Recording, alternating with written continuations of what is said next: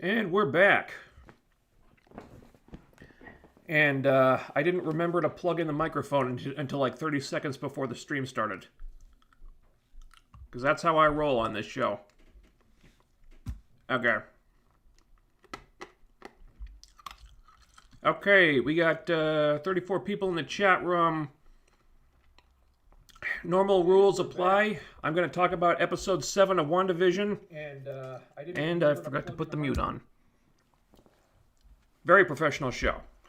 So I'm going to talk about episode 7. I'm going to go through the whole episode. I'm going to spoil everything. And then we'll do super chats and comments afterward. So this is your spoiler warning. Of course, if you're tuning into this, you've probably seen the episode already. So you guys know how we do this by now. And I don't know how late we're going to go for this one. I was feeling like crap the last couple of days. Today I feel semi-okay. Sort of. And it changes pretty quickly. So, yeah, we'll see. Anyway. Yeah. Come on. What just happened? Don't need that. Sorry, I have like a million different windows open here. There we go. So, we got ones in the chat. All right, cool. So you guys can hear me. And, yeah, let's not waste any time. All right, so WandaVision episode 7. This was the big one. This is where everything changed. So this week they're doing some amalgamation of Modern Family and The Office. It still bugs me that they skipped over Married with Children, damn it. I so wanted them to do that one. Anyway. So Wanda wakes up in the morning, kind of like she's been on a bender the night before because she's still in her Halloween costume. So Vision is not there. And they do the talking head thing, like Modern Family and The Office would do all the time. And she's talking to an interviewer. And Wanda says, you know, we've all been there, letting our anger get the best of us, intentionally expanding the barriers of the false world we created, and blah, blah, blah. So she acknowledges that she created a false world. So we're past the point where she's trying to pretend this is all real. Wanda basically has no fucks left to give anymore this week. It's pretty funny, actually. So the twins run in, and they say their game is freaking out. Like, their game system keeps switching to more retro models, like from a PlayStation to a Nintendo 64 to an Atari to Pong to a card game or whatever. Also, Wiccan's head feels weird. It's really noisy in his head, and he doesn't like it. That's strange to me. Like, we're starting to see indications of the twins, well, Wiccan mostly, not being in control of the situation. Like, we saw previously how they had some kind of awareness or power over their circumstances, so Wiccan's power doing things he doesn't like strikes me as something to keep an eye on. Anywho, Wanda doesn't really want to deal with this. As punishment for her reckless evening, she is taking a whole day just to herself. So their game's freaking out, she doesn't care. She doesn't want to have to deal with it. So she tries to make herself breakfast, and her almond milk changes to Westview milk. Also, there's a missing kid on the carton. I couldn't make out who it was. I thought it might have been the child actor playing Pietro in the flashback from episode 6, but I couldn't make it out. It was blurry. So I'm not sure if that's important or not. Then it changes to an old-timey glass bottle of milk.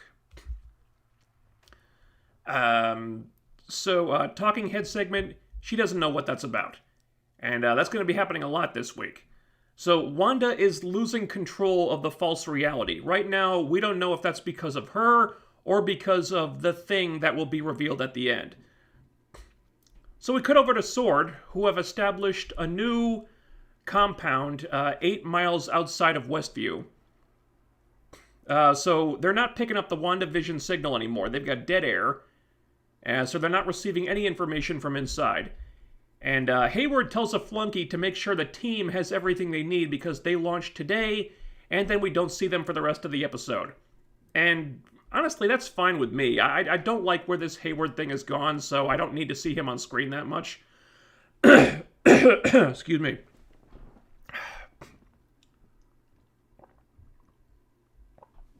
Sorry.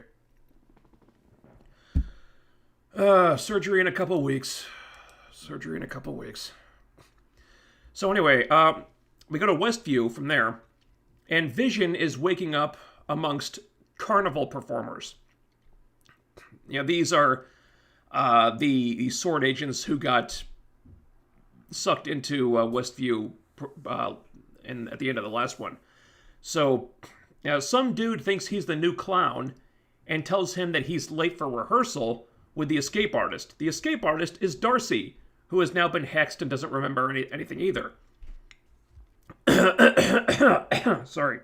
God damn it. So we cut to the house, and the twins have not seen their dad in a while, and Wanda says, well, if he doesn't want to be here, there's nothing I can do about it. So things between Wanda and Vision are a little frosty. They're breaking down. And Wanda isn't trying to control him anymore. In fact, she's trying to keep him away because she can't control him anymore, and she's using the sitcom shtick to disguise this as marital issues. So they're still imparting important information, thinly veiled as sitcom antics, but that veil is getting thinner and thinner all the time now. Then the twins ask what Uncle P said last night about re-killing Dad, and Wanda tells them not to listen to that man because he is not their uncle. Interesting. That naturally makes you wonder, who the hell is he, really? And then the twins immediately ask, well, who is he then? The show is getting really good at that. The first few episodes were very slow in answering pressing questions like this, but now they're just doing it immediately, all the time. Wanda doesn't know who he really is, and that of course, made me think in a certain direction. Like last week I said, well, no, that ain't Pietro, that's somebody else pretending to be Pietro. Now I don't know anymore, after what we learned this week. Anyway, Wanda doesn't know either, but she's starting to believe that everything is meaningless. Whatever that means. Then Agnes comes in. Hint. Wanda uses her powers to open the door for Agnes, then starts to make a sitcom quip, but then figures, nah, screw it, I don't want to do that anymore. 0 fucks given. So Agnes takes the twins for a while so Wanda can have some me time, which turns out to be a very bad idea. Then random things in the house just start changing into retro models, like the models they were in like the first episode, and Wanda changes them back. And talking head segment, she says she's fine. She's clearly not fine. Then we go to Monica and Wu. Wu gets Darcy's email. He finally received that. And it's an R&D report that she got off of Hayward's computer. And the report is on something named cataract. Hayward apparently was not decommissioning Vision. He was trying to bring Vision back online because Hayward wants his sentient weapon back. I'm not sure how that would work. I mean, Vision would certainly not go along with being used as a weapon. And I guess Hayward might want to try to classify Vision as property and not a living thing or something, but I don't know. That seems kind of sketchy. But then one of my favorite parts of the whole series, probably, they finally go to meet the aerospace engineer that Monica had been talking about for 2 episodes. The one that so many people thought was going to be Reed Richards that it was a major trending topic. And instead of Reed Richards, it's just some random chick. And I actually talked about this on Twitter. I said it would be pretty funny if that's what it turned out to be. Just to troll everybody so massively. I thought it would be hysterical. And and I laughed at this. I really did. Because you have to admire the chutzpah of these writers. Like a troll job of this magnitude took some serious guts. And I don't think they even intended to do it either. People just worked themselves into a shoot and trolled themselves over this. Because they were so convinced it would be Reed Richards. It's just some fucking nobody. Hilarious. Totally worth doing. Having said that, someone in my Twitter mentions thought that this Major Goodner character was not the engineer. And we actually haven't seen the engineer yet. I don't know. Like, maybe not. I assumed that was her. That's how they played it as. And there was no reason to think it wasn't her. So, yeah, to be continued on that. Maybe it was the engineer, maybe it wasn't. I kind of think it was, but we'll see. So anyway, they've built they've converted a space rover to Monica's specifications. So presumably this thing should be able to enter the barrier. Presumably. Then we go to the carnival, and Vision is trying to tell Darcy what's going on, but she thinks he's, like, hitting on her, trying to ask her out, so he turns the hex off. And now Darcy's back, and he has questions, she has answers, so they steal a carnival van, and they take off. I don't know why they need to steal a van when Vision can fly. This whole subplot is the weak part of the episode right here. The writers needed to delay Vision returning home, so they throw up a bunch of roadblocks in front of him. But the roadblocks don't really make sense. I just put that out there. Then we cut to the house, and things in the house are changing all the time now, and Wanda is very overwhelmed. There's a talking head segment, she doesn't understand why it's all falling apart and why she can't fix it, and the interviewer asks if she thinks it's what she deserves. What, she says? You're not supposed to talk. And on The Office, the interviewers would occasionally say something. It didn't happen often, but every once in a while it would happen. So this is not, like, uncommon. Though it is the first time they acknowledge that Wanda may be feeling guilty about doing all this. And, as we'll find out later, the interviewer is not an interviewer, but is actually someone else. So the line, "Do you think this is what you deserve?" clearly has some added meaning that we weren't considering at the time. Then we have our requisite commercial break, and this commercial is about Nexus antidepressants, which work to anchor you back to your reality or the reality of your choice. Because the world doesn't revolve around you, or does it? Interesting. Definitely hinting at multiverse type stuff and the intentions of one character or another to use the multiverse for their own benefit. These are becoming less and less subtle. We go to Agnes's house, and Wiccan, I always forget if Wiccan is Tommy or Billy, I'm just going to call him Wiccan. Wiccan likes it here because it's quiet. Agnes is quiet. On the inside. And at the time, I thought we were supposed to pay attention to how creepy this made Wiccan seem, and it did make him look really creepy, but it turns out that was a clever misdirect, and I seriously underestimated how good the writers are at those. So the twins ask if their mom is okay, and Agnes is like, "Sure, your mom can do anything, she's super mom!" And then there's a talking head segment. It's like, you try telling 10-year-olds that their mom is cuckoo for Cocoa Puffs. Pot, meet, kettle. Wait for it. So we go to Monica and Wu. Monica's getting suited up in a spacesuit, or a converted spacesuit, I guess, and she gets in the rover, and she tries to drive through the barrier, but it crashes into the barrier instead because, like, the barrier is matching its density to keep her out, so she can't get in. So she, steps on the gas and tries to force her way in, but the rover is being rewritten by the barrier, so it's turning into something else.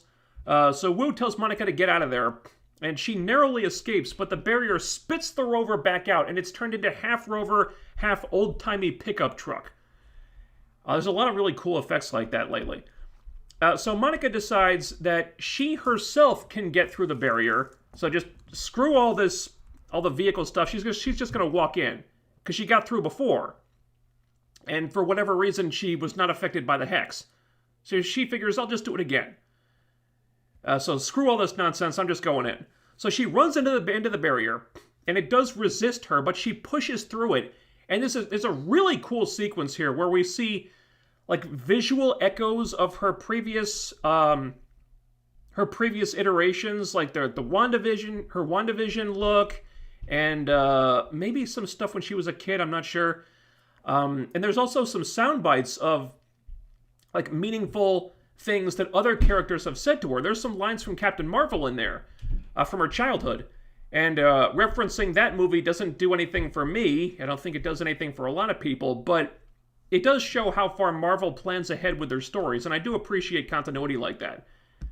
So it's nice to see them using continuity instead of just retconning it like some other writers do. One of these lines is Fury saying, "Only if you learn to glow like your Aunt Carol." Hint.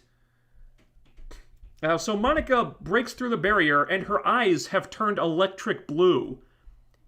And we see a POV shot, and she can see all funky, like she can see like energy not visible to the human eye. Very cool. And then her eyes return to normal, and she runs off.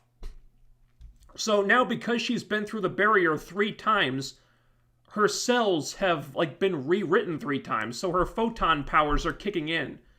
So Monica just got a lot more interesting. So we go to Vision and Darcy. And Darcy is filling Vision in, tells him that Wanda killed him to save the universe, but then the bad guy rewound time and killed Vision himself, and Vision still doesn't remember any of this stuff. So then they hit a red light. There's no traffic anywhere, but they stop at the red light. Because when it turns green, they get blocked by a repair truck from out of nowhere. Talking head segment, Vision thinks Wanda is creating impediments to stop him from returning home, and he's not amused. Again, I ask, why doesn't he just fly there? Now, he does end up flying there eventually, but why not just do it now? So Vision asks if his code was born from Jarvis, and his body was born from Ultron's plans of global genocide. What is he now? Darcy doesn't know, and she doesn't know why he can't leave the Hex either. But she's been watching WandaVision for the last week, and the love they have seems real, and she thinks they belong together. It's sweet, I guess. But it's also kind of fucked up. Back to the house. Monica finds the house, and she bursts in. And she tries to tell Wanda what happened. And that, Hayward went into business for himself and so on, but Wanda's having none of it. She tells her to get out, levitates her outside in front of the neighbors, thinks Monica was responsible for the drone and the missile, and Pietro is like, "All you do is lie," she says. And then she tries to smash Monica into the ground, but Monica just sticks the landing like a boss, and she starts glowing for a second. So we don't really know what her powers can do just yet, but she's already starting to do cool stuff. And, the reactions are weird because Wanda is definitely surprised, but Monica doesn't seem that surprised. If I were her, I'd be surprised. I guess that was a failure of, like, the actor just not reacting to this, but I don't know. It seemed odd that she wouldn't have some kind of reaction to that. Anyway, Monica says that Hayward is going to burn Westview to the ground to get what he wants, so don't let him make you the villain. Wanda says, "Maybe I already am." I don't know. I think we're past that point where we can blame this all on Wanda. But I guess Monica doesn't really know that yet. Meanwhile, there's a cut to Agnes, who's watching this from the window. And Monica says that, she knows how Wanda feels. She lost the person closest to her, and she can't control the pain, and she doesn't want to because it's her truth, and blah, blah, blah. Agnes steps in, and she says, it's time for Monica to leave. And she takes Wanda away. And Monica says that Wanda has to take everything down, but Wanda says, don't make me hurt you. And it's really the last tease that Wanda is the villain in all this. One last little misdirect before the real shit hits the fan. And I wasn't buying it anymore at this point, but I was still thinking Pietro was the real bad guy. To be continued. That was another misdirect right there. So, Darcy and Vision, we're back with them, and the repair truck leaves, but now suddenly there's a school crossing, so a bunch of kids are blocking them. It's like, why don't they just get out and walk? Like, Monica walked from the barrier to the house and she's already there. Like, why not just walk? Or fly, you know? This really feels like filler. And talking heads, Vision has no idea how much Wanda had endured before coming to Westview. For him, it feels like it happened to someone else, but for her, it was weeks ago. He wonders what he's doing here, talking to interviewers, and he leaves. And finally, he phases out of the van and he flies home. Finally. Thank you. You could have done that 20 minutes ago, dude. But the plot didn't say so until now. The episode itself was great, but this whole subplot is just a little bit frustrating. Then we go to Agnes's house. And here is the real payoff for everything. Immediately, you can tell that there's something very wrong with this place. Because Agnes goes to make Wanda some tea, and there's an incredibly ominous feeling to this house. And it's obvious right off the bat. Because Wanda's house has this warm, inviting atmosphere, with the way it's shot and lit and everything, but the lighting in this house is very dark and foreboding.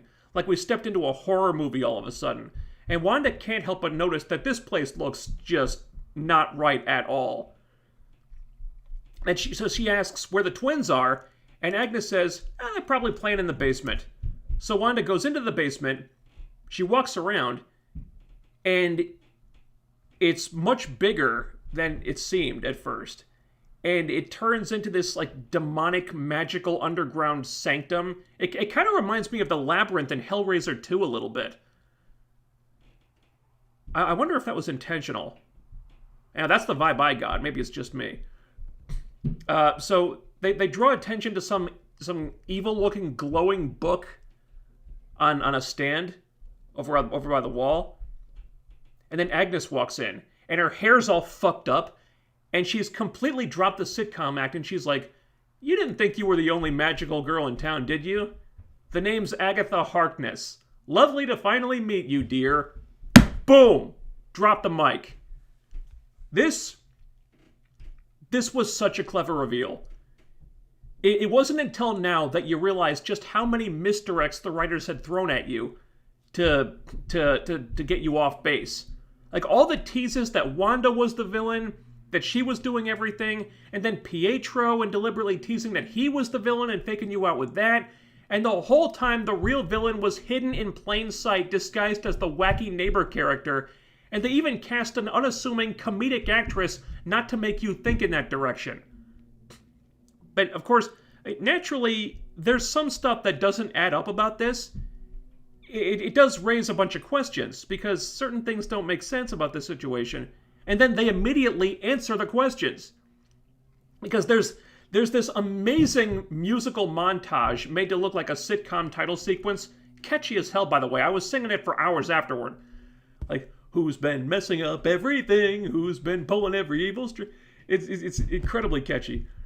So this thing shows how Agatha was secretly controlling all the weird stuff that's been happening in Westview the whole time, including Pietro.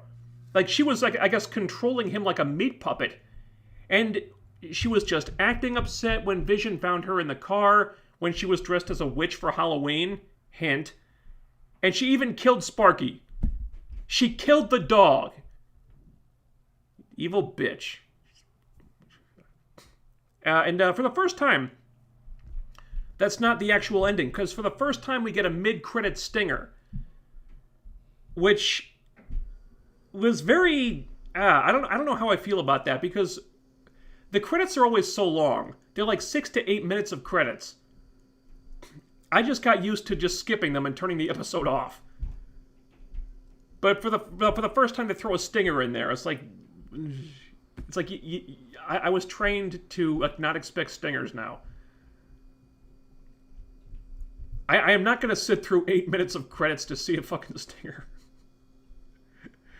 Anyway, Monica's checking out Agnes's house, and she opens up the outside door to the basement, but is surprised by Pietro. Snooper's gonna snoop, he says.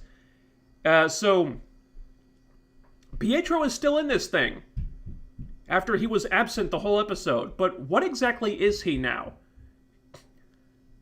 I assumed last week that he was not Pietro, but was somebody else or something else disguised as Pietro. But now I don't know. Is he a creation of Agatha? Someone from the multiverse? Is he actually good, but under Agatha's control? Is he, like you said, is he Wanda's Pietro, but just, like, rejiggered somehow? We don't know. But it looks like Monica's going to have her first superhero battle in the next episode. So I'm pretty excited for that, actually. I'm interested to see what her powers can do. And that's where it ends. This episode was brilliant. The swerve with Agatha Harkness was just masterfully done. And Kathryn Hahn stole the damn show. You know, she's been great this whole season. But if this wasn't a superhero show, we'd be talking Emmy nominations. That's how good she's been. Elizabeth Olsen too. I mean, she's been great as well. And I love how this was constructed. Like right after Pietro shows up and draws all the attention to him in terms of, well, who the real villain might be, then they swerve us. And I know some people were thinking Agnes was Agatha Harkness. Maybe it's not a huge surprise to everybody, but I still think this was an awesome reveal. I was thinking it had to be Pietro. I thought he'd be Mephisto in disguise, or Nightmare, or something, but no, the writers were thinking several steps ahead. This was a fantastic cliffhanger. And I love how they don't leave any questions hanging out there this time. They immediately explain everything. Like, Agatha's power set accounts for most, if not all, the things that have been happening that were not in Wanda's power set. So most of the weird stuff, the unexplained stuff, could be attributed to Agatha. And the story, taking a magical turn, sets the stage perfectly for Doctor Strange. The one part of the episode that bugged me was the stuff with Vision and Darcy.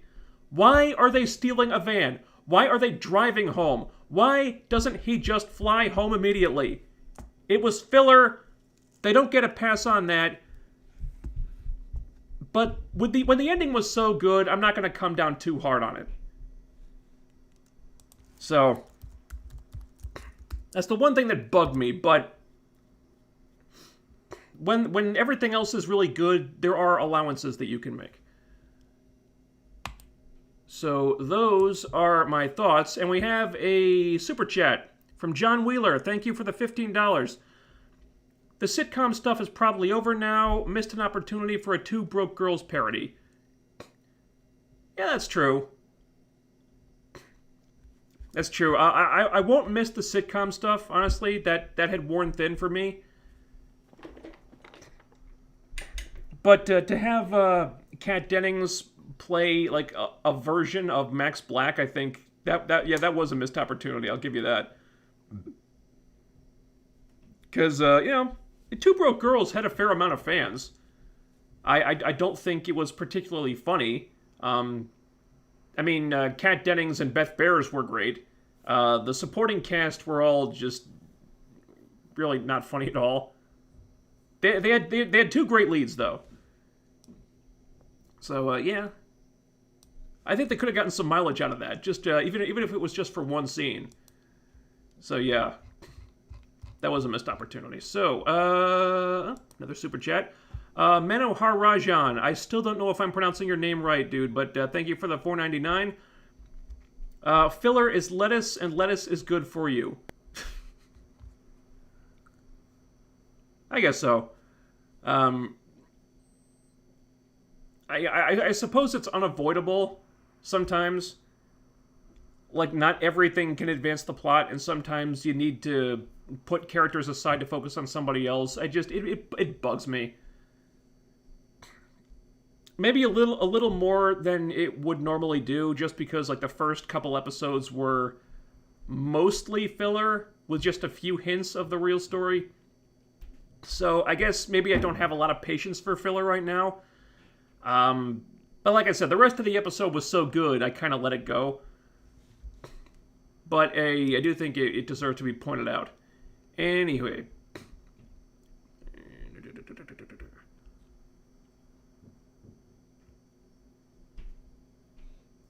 Loved your Batwoman Season 2, Episode 4 review. Oh, thank you. That one was tough to get through. Just took me forever to film. Because I was up until about, I think, like 7 in the morning shooting that one. They had a hard time with it. Man, I don't know how the hell I got through some of those reviews last season. Because I always do a word count. This one, episode 4, that review was something like 5,300 words, about that. Some of the ones from last season were like 7,000 plus. I remember I'd be up until like 9 in the morning shooting that. Like, how the hell did I do that? Of course, I wasn't sick at the time. Now I feel like crap all the time every day, so it's harder. Yeah, and of course, Superman and Lois is starting this week, I believe on Tuesday. So I'm gonna have two of those reviews to do this week.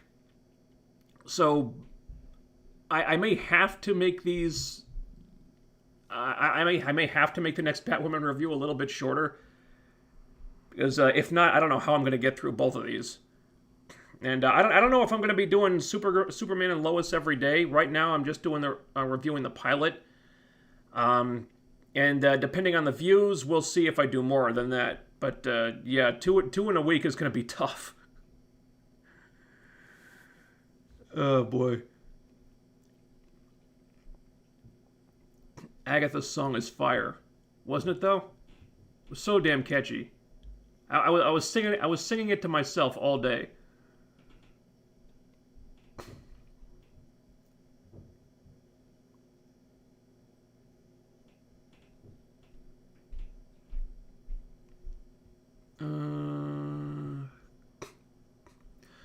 Who do you think should be the audience's POV character for the MCU X-Men? I think it should be Kitty Pryde.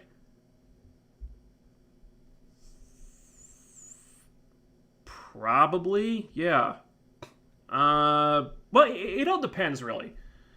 Because we don't know yet how the X-Men are going to be introduced, and we don't know which characters are going to be introduced first. Right now, a lot of well, how do I say this? I think Rogue is a likely option to be introduced first, or one of the characters introduced first, because a lot of people are predicting her to be a villain in a Captain Marvel movie, which would make sense to introduce her like that. Also, there was some rumors about Gambit getting a Disney Plus show. So we're not really sure. If you need a POV character, I think Kitty Pryde would be good, because there's stuff you can adapt from the comics there. You know, just have her meeting the X-Men, or just showing up for school, you know.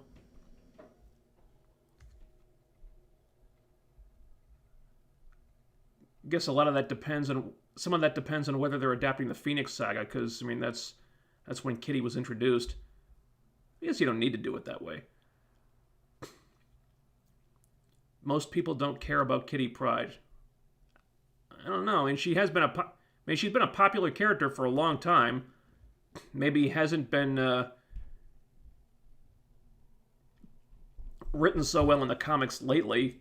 I know the whole thing with Peter kind of turned a lot of people off, because wow did she screw him over hard. And like I don't think a lot of people were clamoring for Kitty and Peter to get back together anyway. Then she proposes to him and then ditches him at the altar. Oh god, that poor bastard.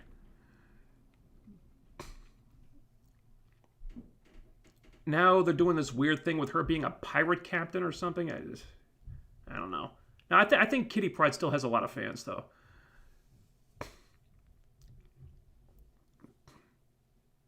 Darcy is a much better character than Felicity Smoke. Yeah, I'll agree with that. She's more likable than Felicity. Anyway. Man, I like Felicity a lot, early on. First 2 seasons of Arrow, she was fun. Then it all went downhill. No, I like Darcy a lot more now.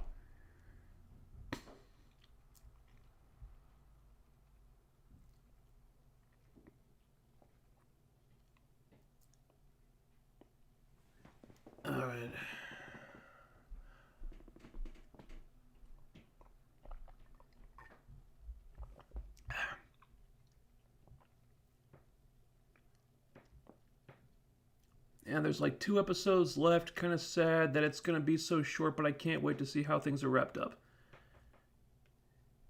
Yeah, I think two or 3 episodes left. So we're getting close to the end here. It feels like the show just started, isn't it?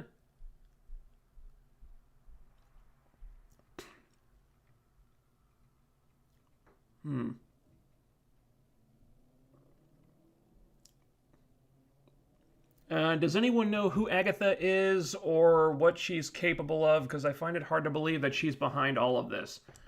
You know, I wasn't incredibly familiar with Agatha Harkness either. Because apparently, she's been a supporting character in Fantastic Four. I guess she was Franklin's nanny for a while. And also, she's been an antagonist of Scarlet Witch.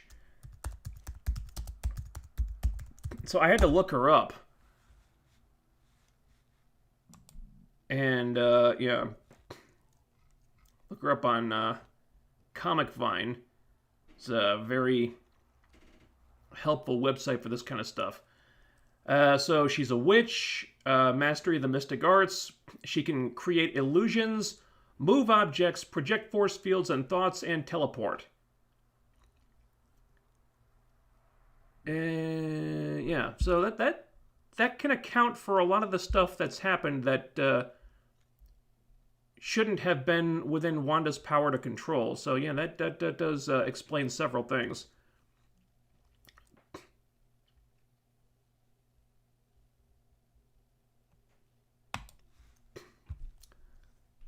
Yeah.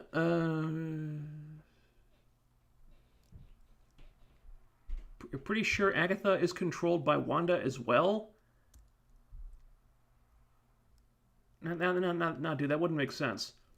Like, she was controlling Wanda to control Pietro, and Wanda had no idea that Pietro was being controlled? No, that wouldn't make sense.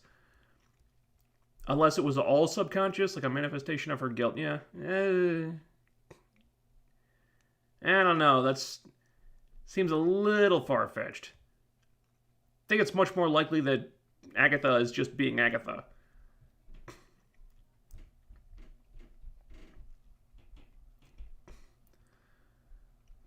I hope you're okay. Yeah, I'm hanging in there.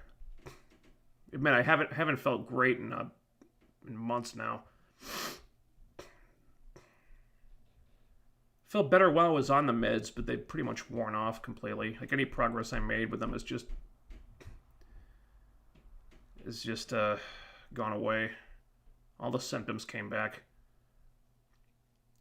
My head feels all right today, but man, I can't breathe for shit right now.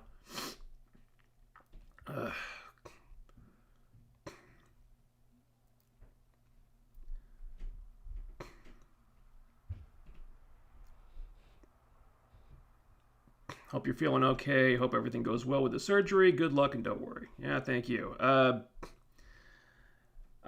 got a call from the surgery coordinator the other day, and apparently my insurance will not cover the surgery, so I'm waiting to find out how much that's going to cost that I'll have to pay for out of pocket now. That's going to be fun.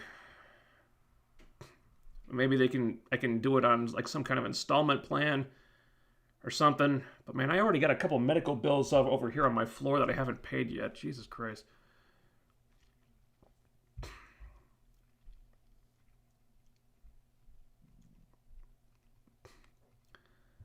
Let's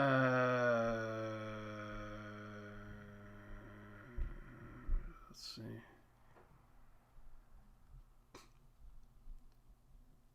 Wanted to say it was hot when Monica sees into the energy spectrum. Yeah, I really like the blue eyes. Right? But yeah, those the blue eyes look good on her. Very nice.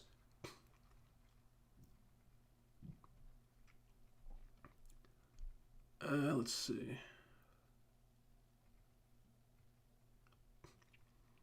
Do you think episode 8 will be from Agatha's POV? Possibly. I think they more or less explained what they needed to explain with that montage at the end. I don't think it doing it from Agatha's POV is necessary. It depends how much they need to set up, I guess. I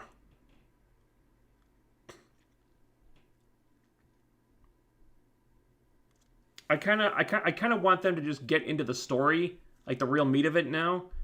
I don't think like the whole episode from her perspective really needs to happen. They could probably just give her a monologue to explain everything.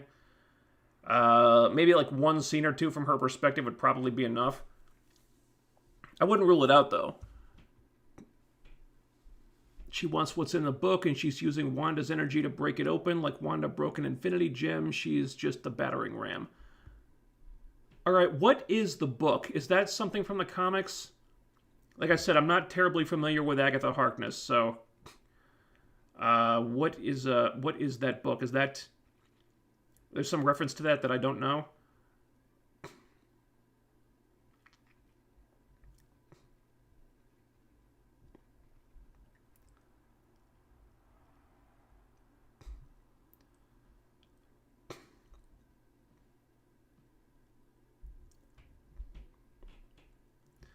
The commercial real time within the TV show was a little too long. It's about normal commercial length. All that was kind of lame. I don't care for Monica or the clowns. The visual echo was lame. It was lame because of the actor. I think the actor's fine. Haven't had any issues with her. I think if there's something wrong with Monica, I think they just haven't put a ton of meat on her character yet. I mean, she's a heroic person who had kind of a tragic thing happen to her with her mother. We don't really know who she's about, but that's because the show hasn't really been about her. This is just setting up like the origin of her powers. Like, we'll learn more about her character later. I think the actress has done everything she's needed to do so far.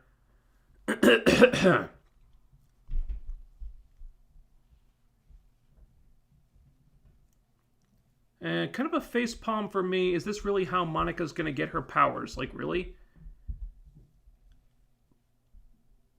Is there something wrong with it? I think it'll suffice as an origin story. I don't see anything really wrong with that.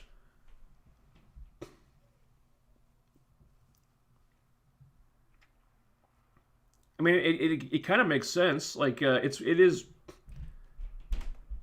like Wanda had with House of M. We know she can take people's powers away, so it's reasonable to assume that she could give people powers. You know, I don't think it's that lame. I think it's.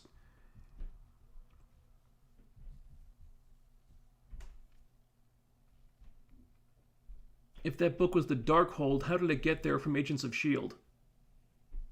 Yeah. That's the only other magical book I know of.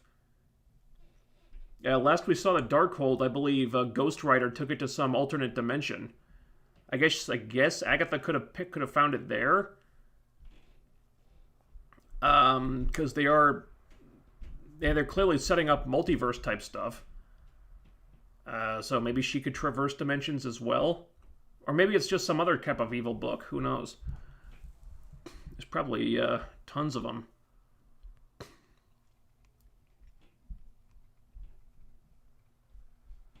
Agents of S.H.I.E.L.D. is not canon. Has it been confirmed that they decanonized Agents of S.H.I.E.L.D., or is that just a rumor? Like, did Kevin Feige actually come out and say that? It's not canon anymore? I haven't heard anything about that.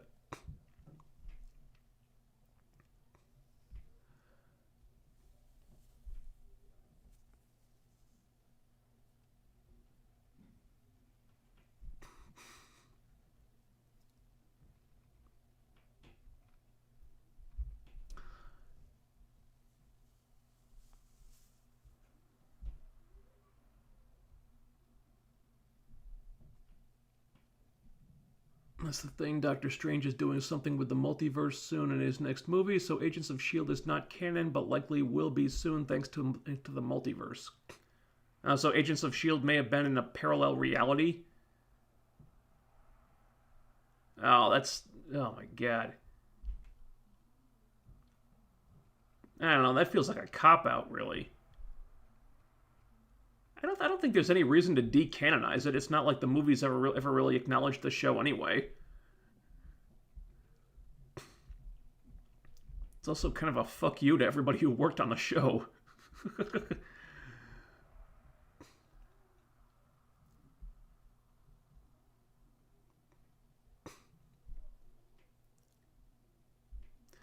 And for Monica, I get this overwhelming feeling of SJW BS. You know, I'm guessing we're going to get the white version after the clash between Vision and Scarlet Witch. I don't get that impression yet.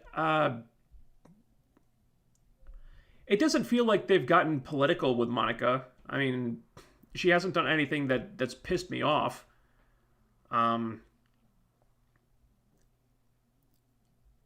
Plus, I mean, a lot of us have gotten into this mode of seeing SJW stuff when it's not really there. I mean, a lot of us have become really sensitive to this type of stuff, and we're just seeing it everywhere. It doesn't exist in every case. I mean, just because there's a black female hero doesn't mean there's an SJW aspect to it. Now, could it potentially go in that direction? Sure, I don't see it yet. Now, I would like to see maybe a few more character flaws with Monica, but again, it's not really her show. And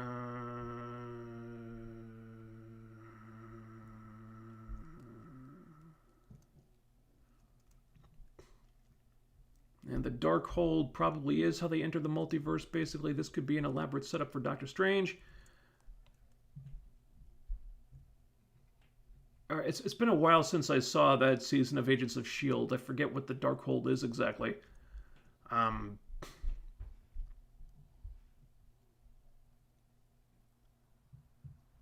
Boy, if they use this to decanonize that whole show, wow, that's... Oh man, the actors are going to be pissed off.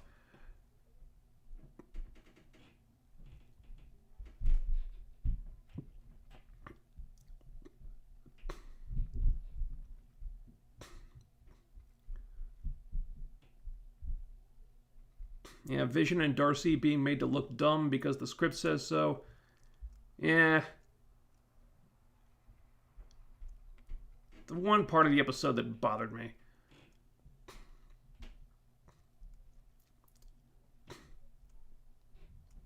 Love how the aspect ratio changed in that scene to show that it was not a sitcom anymore. Yeah, it's always really cool when they do that stuff, isn't it? Yeah.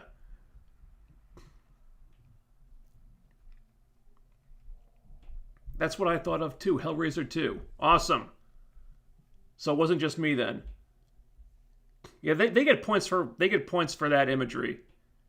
Because I'm not really a horror movie guy, but I do really like the first two Hellraisers a lot. Yeah, that's what I thought immediately. Like, it looks like the Labyrinth, doesn't it? Yeah. Wonder if that was intentional.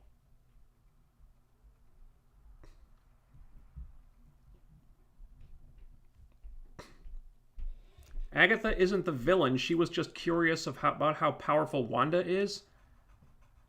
I don't know. I mean, that Agatha all along thing sure made it seem like she was the villain. Plus, she killed a dog.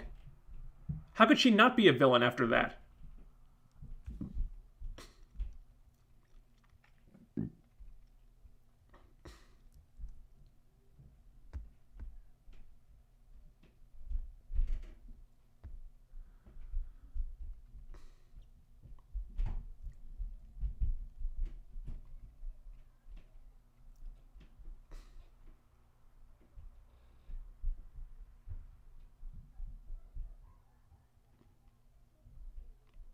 I like the theory that Mephisto has been hopping through other bodies in Westview, hijacking Agatha's plan. Hey, potentially. That probably seems a little too convoluted now. As I don't think we need like multiple villains, because we're gonna have to explain Agatha now. And adding Mephisto or someone else on top of that feels like too much. think they just keep it nice and simple. They got Agatha. They also got Hayward to deal with. I think that's enough.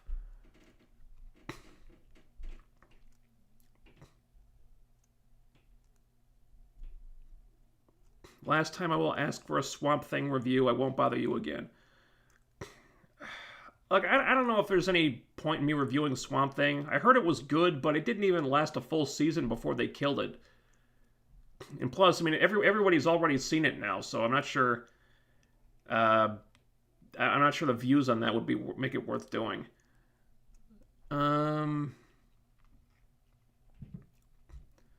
Wonder if Hulkling will appear in a possible WandaVision series too. Well, I don't know if they're doing sequel series to this. I think it'd be more likely that he'd show up in Secret Invasion, because that's going to be a thing too.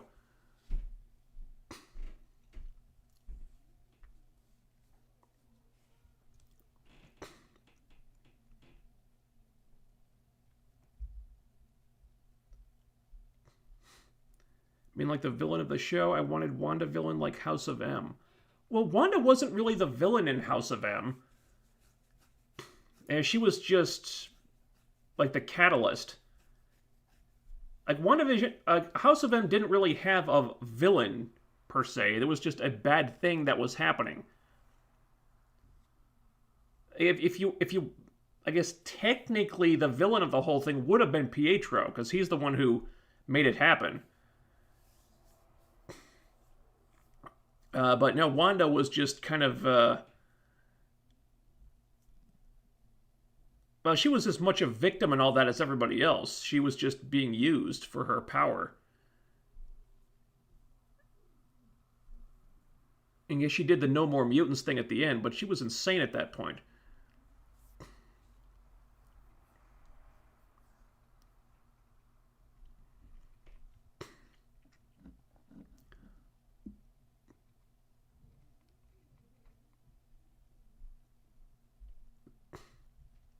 Kevin Feige never said Agents of S.H.I.E.L.D. is not canon, and he... where'd it go?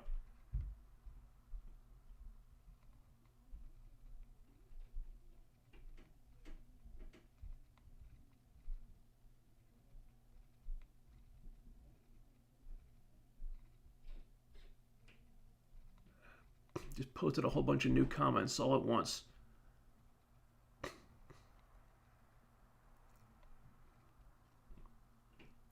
Oh, God, help me pronounce this one.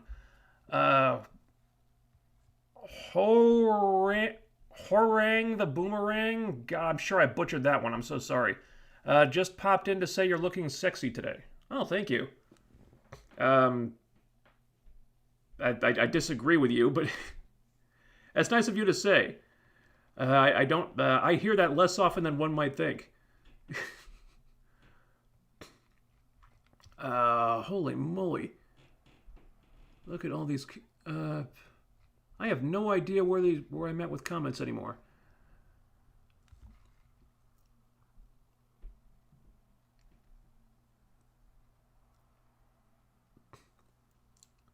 Do you think Monica will get to use her powers a bit more in the remaining 2 episodes? I'm sure she will. I mean, they're clearly setting her up for Captain Marvel too. And the way I heard it was she'd have a pretty substantial role in Captain Marvel too. I have no idea how that's going to work though, because they already overpowered Carol so much that it's not like she needs help doing anything. So, what role could Monica possibly play in that Carol couldn't do herself? That's the problem they've created with Captain Marvel. It's like she's just too damn powerful. She doesn't need help from anybody. So why give her a sidekick, you know? Now, ironically, I think the Captain Marvel movies would be a lot better off if they got rid of Carol and made them about Monica instead. Because, you know, she's not going to be as powerful as Captain Marvel, so at least there's a sense of struggle there. Like, she has to work hard to overcome the obstacles. But with Carol, everything's super easy for her. So it's like, why even care, you know? And... when will you be releasing the Superman and Lois reviews? Well, I'm not sure yet, because I think the show comes out on Tuesday. And on Tuesdays, I'm heavily into editing the Batwoman reviews. So Batwoman reviews come out on Wednesday, and after that, I need to sleep. So the earliest I could get, I could start making the Superman and Lois reviews would be Wednesday night. And by making them, I mean I'd start watching the episode and start writing the review. So I'm thinking, excuse me, I'm thinking Superman and Lois reviews would come out on Friday or Saturday. I mean, it all depends. It all depends. Like this, I think the first episode is going to be like 90 minutes. So I don't know how long this review will take me to make, because there's going to be a lot to cover. So we'll see. I'll see what day the first review drops on, and then we'll go from there. Again, whether I do more than one will depend on the views. So if you want me to do more than one, we got to drive that view count up, because I got to make rent, and I'm gonna have a lot more medical bills to pay pretty soon. So I could use the ad revenue.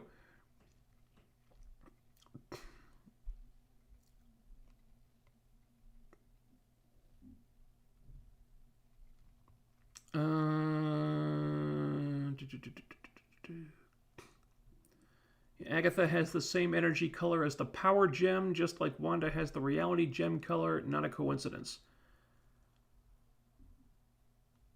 Yeah, I guess. Weird that Wanda got her abilities from the Mind Stone, and yet her powers have the same color as the reality stone. That's odd.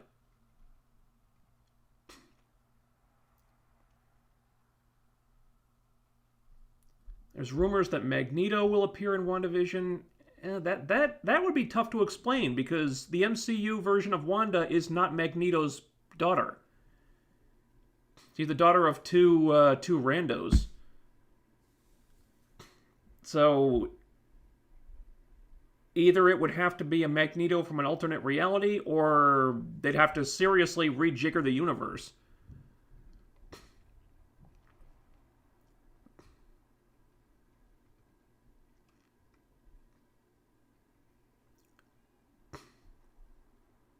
Aside from killing a dog, what have we seen Agatha do that's evil? You need to see her. You need to see her do more evil stuff than killing a dog? What's more evil than that? Come on. What's more evil than killing a dog? God damn it, that pissed me off.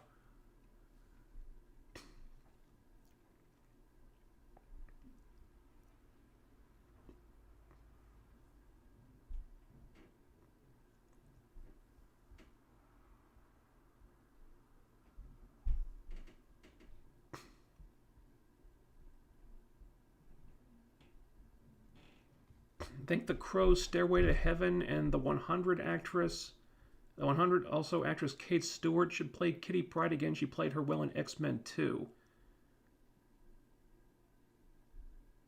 Well, in X-Men 2, she barely appeared, though. Also, wouldn't she be too old by now? I mean, I assume if Kitty Pryde does show up in the X-Men movies, they'll want to cast young. I want her to start, because when she first appeared in the comics, she was like 13. So I assume they'd want her to be like fairly young, because they want these movies to go for a while. Yeah, they can cast a little bit older than that. I still think Millie Bobby Brown is like the perfect Kitty Pryde. Like I have two choices for her. Like Millie Bobby Brown, that's the popular choice. Also, Amy Beth McNulty from Anne with an E. They'd have to dye her hair, but I think she's got all the qualities that Kitty Pryde needs as well. So I think either one of them I think would be great.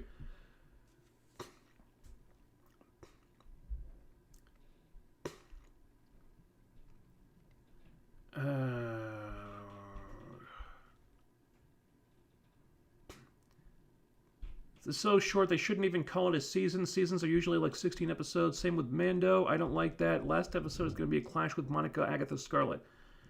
I think it'd be more accurate to call this a miniseries. I think, well, by the time we get to the end, I mean, it would be about the same length as a season of an HBO show.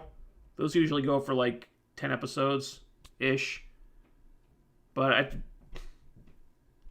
given like the different length of the episodes, it's probably more accurate to call it a miniseries.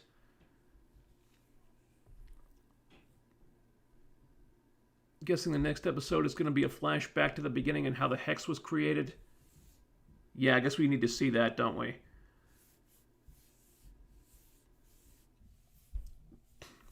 So I'm guessing the next episode, Wanda is going to restore the Mind Stone. We haven't seen that footage yet.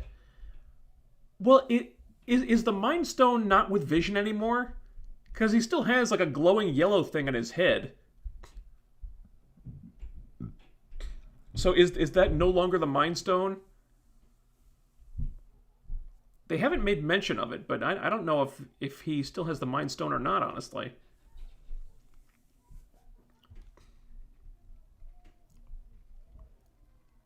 Okay. What was that last comment I was looking at before all the new comments loaded? I have no idea.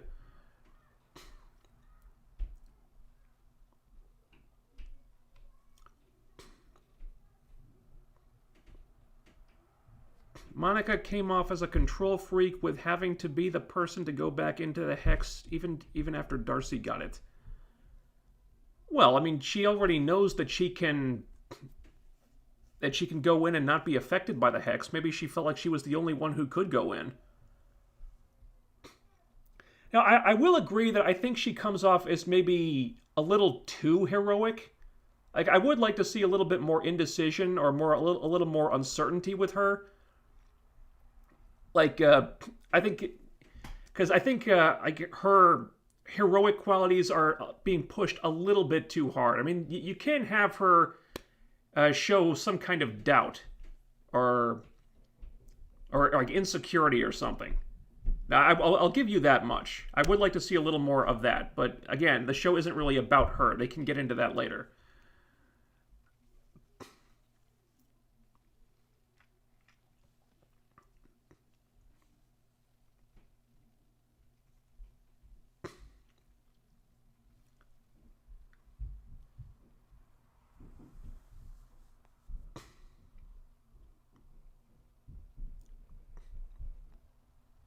Yeah, Lady Sif should come back to the MCU.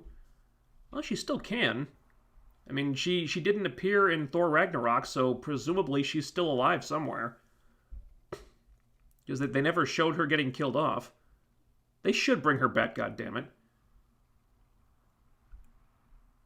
You know, they can still put her with Thor. There's still time.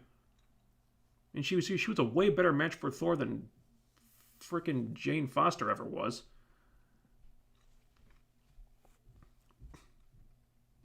Of course, now they got to bring Jane Foster back, even though Natalie Portman really didn't really care about the role anyway. Ugh, don't get me started on that.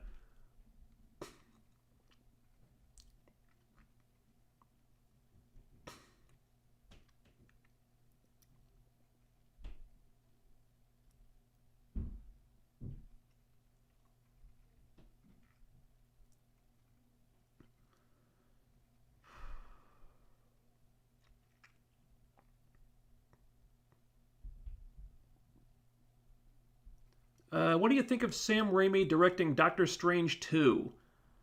I think it's all right. Raimi knows horror. I am a little bit worried about him inserting his own little quirks into the movie, like for example, there's the sequence in Spider-Man 2 where Doctor Strange wakes up after the accident, and it comes off like something out of Evil Dead. And I guess a lot of people like that sequence because it looks like an Evil Dead movie. I don't like that sequence because it looks like an Evil Dead movie. It's supposed to look like a Spider-Man movie. So, I mean, the guy knows how to do horror. And I heard like that they said that's what the movie is going to be. It's like the first horror movie in the MCU. So he's a good choice. It sucks that they couldn't get the original director back, but I think it's fine. I think it'll work, just as long as he keeps like the tone and the style of the original one. But again, that is something I have concerns about.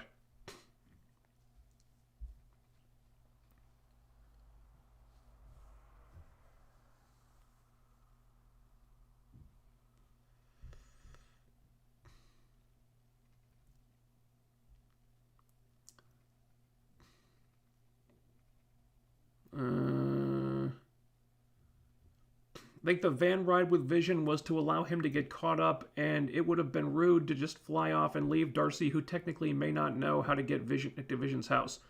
Well, he could have just picked Darcy up and carried her with him. You know?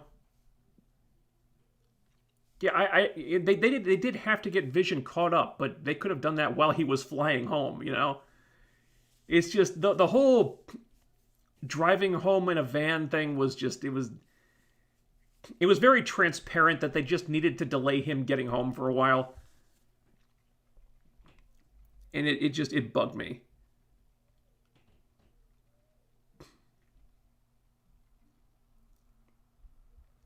No good reasons she killed a dog. She's pretty much the villain. There you go.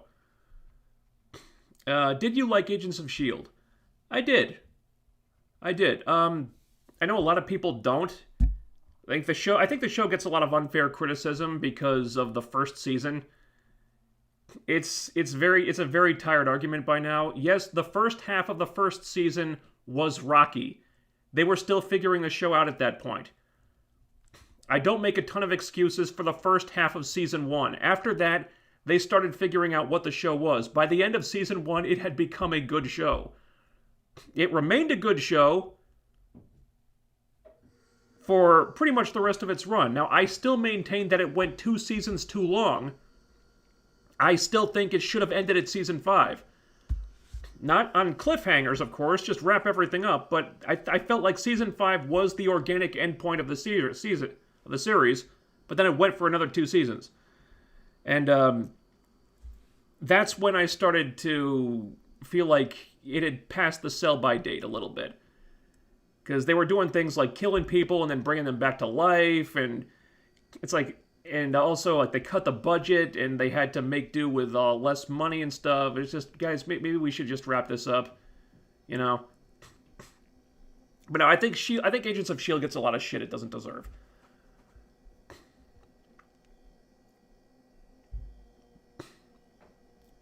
The mystery person in witness protection has yet to pop up.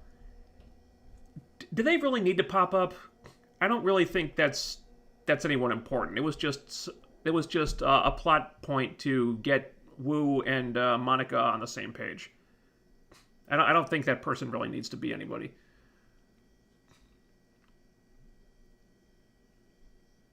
What do you think about the new Batwoman series? Oh, gee, let me think.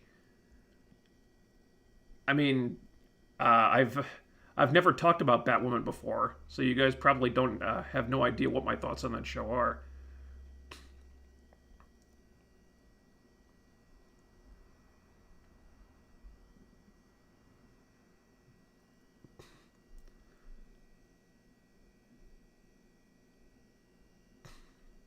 Feige never said Agents of S.H.I.E.L.D. is not canon, and he will move the show to Disney Plus as soon as the license runs out with Netflix. It's ready to go to Disney Plus overseas.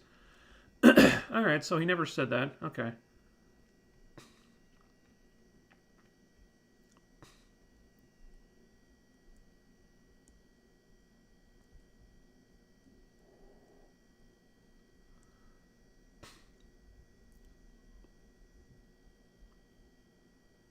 Not saying I want her to be evil. I guess you're assuming referring to Wanda.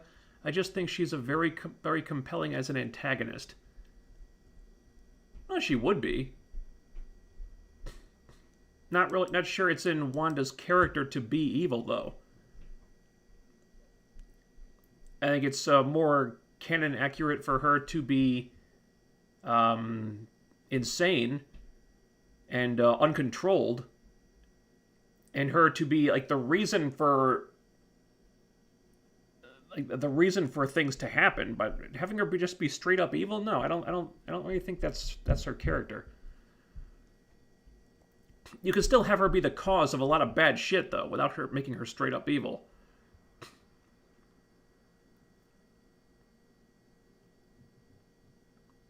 No one's called Carol Captain Marvel besides the movie's title. Could Monica be the real Captain Marvel? They sure do call her Captain enough.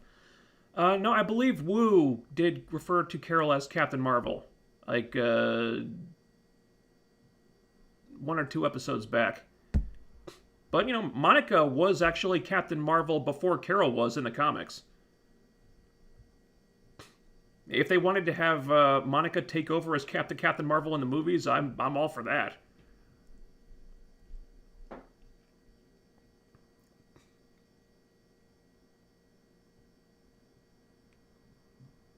What Carol can't do herself, be likable. There you go. Right? That's true.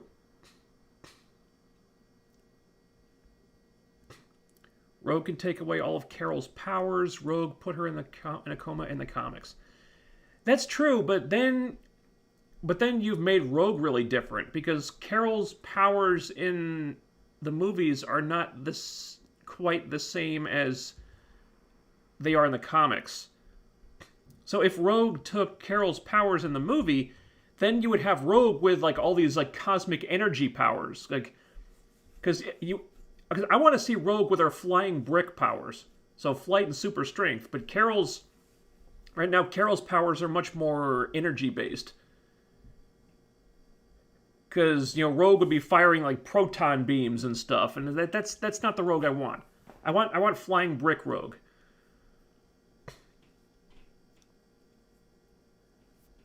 Or, failing that, I mean, they don't necessarily have to do the story where Rogue takes her powers. It would be a shame if they didn't, because that's Carol's best story, really. Also a catalyst for Rogue to join the X-Men, but it also kind of screws up Rogue's powers and gives her the wrong power set at the same time. So what do you do? There are pros and cons to doing it, I guess.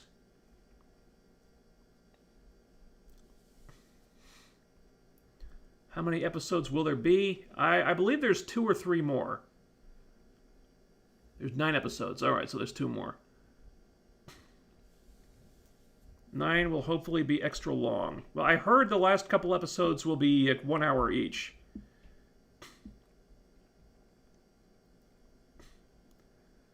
Are you okay?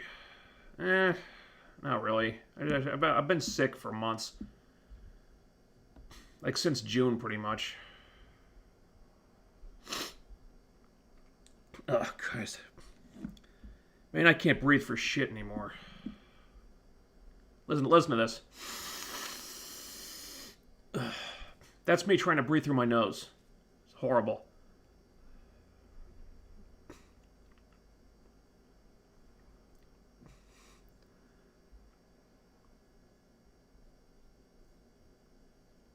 If you look back on it, Agatha makes it all come together. She basically has been mocking us since episode 1. The whole song was her talking to us, breaking the fourth wall, hence the episode title. Yeah. Pretty clever. Could the parents who raised Wanda and Pietro be their adoptive parents? I don't think we ever heard anything about them being adopted. I suppose it's possible.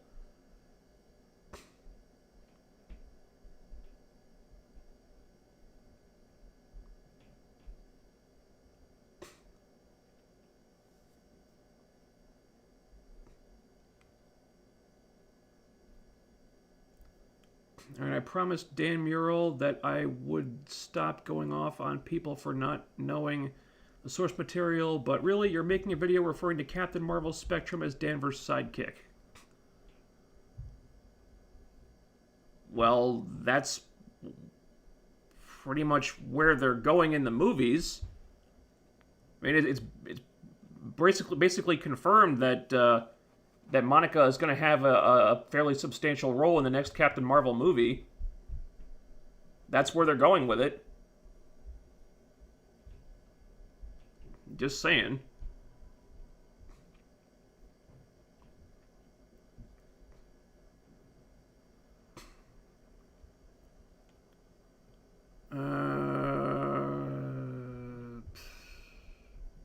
I want a Jewish actress to play Kitty.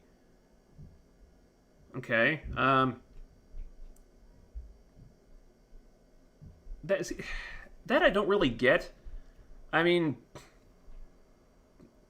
I appreciate you want to be canon accurate, all right, but I mean they can. I mean, it's not like a different actress can't pass for Jewish, you know. I mean, say if Millie Bobby Brown is playing Kitty, they can just say that she's Jewish in the movie, and it won't look inaccurate, you know. I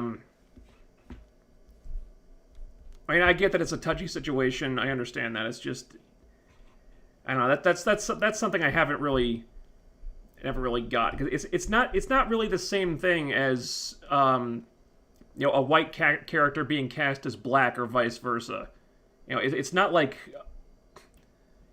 somebody else can't pass for Jewish. It's just, I don't know. It's kind of a murky situation. Maybe I don't have the right perspective on it or something. I just don't. That's a thing where I just never really saw the big deal.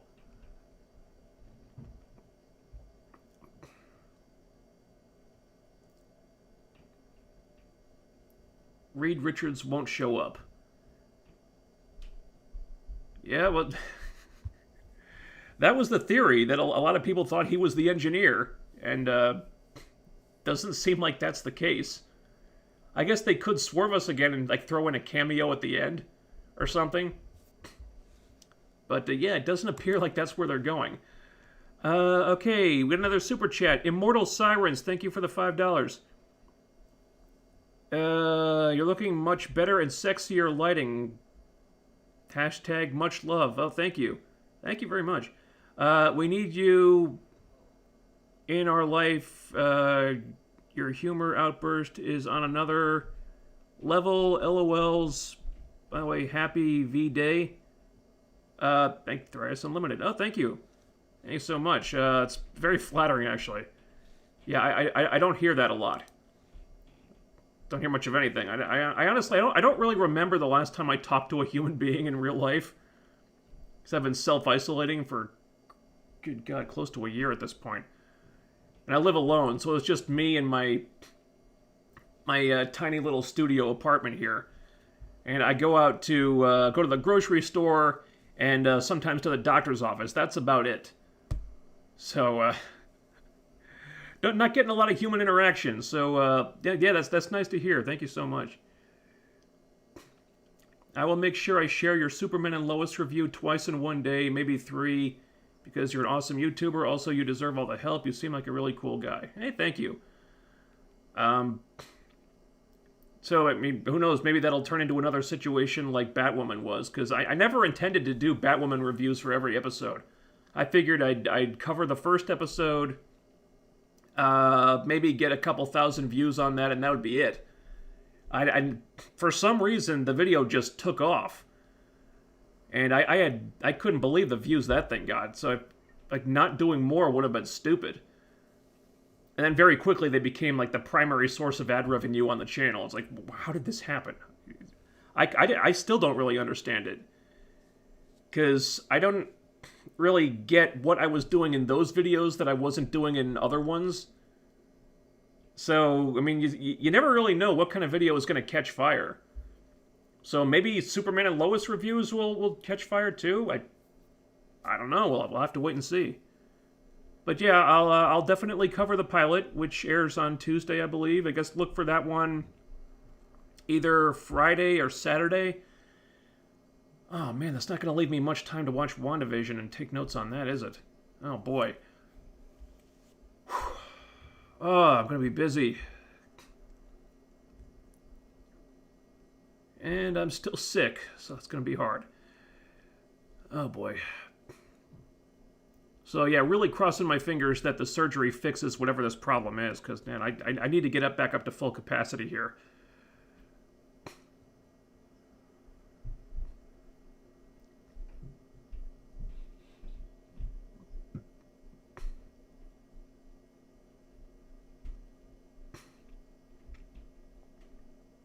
Sif is supposed to be in Thor: Love and Thunder. Hoping her and Thor hook up. Well, it's good that she'll be back.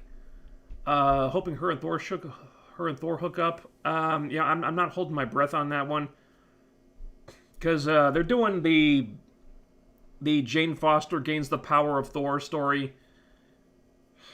Lord knows why. So my guess is they're returning to the Thor-Jane relationship.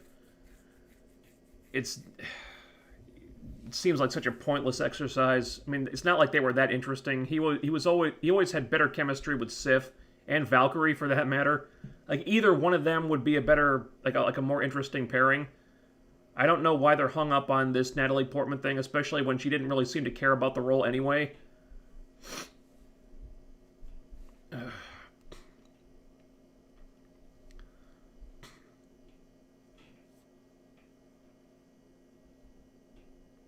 And do you think the Mortal Kombat trailer sucked? I do. No, I thought it was pretty good. I like the remixed version of the theme song. Some things I had to scratch my head about. I don't know why they're making like the main character, this new guy, Cole. Yeah, the legendary fan favorite Mortal Kombat character, Cole. Who's Cole? Like, I haven't played the games in years, so I'm not really up to date on Mortal Kombat. But who is Cole? I don't know.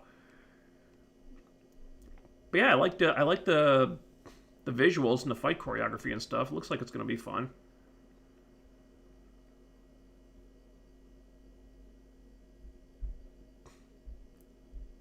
Agatha's whole thing is magic, reality warping, and controlling animals, so her killing a dog is par of the course. So that's something she does all the time. Bad form, Agatha. Ivar Jantz. Or is it Jantz? Jantz? I'm terrible with names, guys. I'm sorry. Thank you for the $5. Would have been a massive reveal if the whole thing was orchestrated by the in-universe Illuminati group of Professor X, Doctor Strange, etc. Yeah. I don't know why they would do that.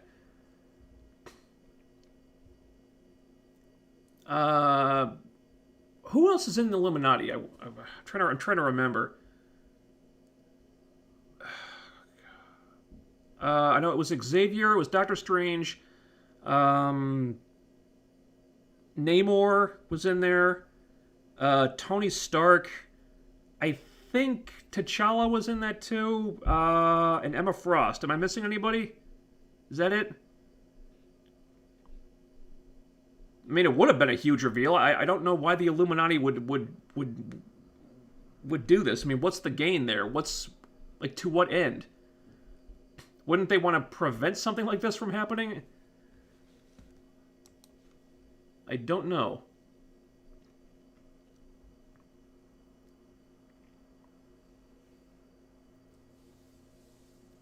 I like Sam Raimi's quirks that made the Spider-Man saga for me. See, I didn't like the quirks because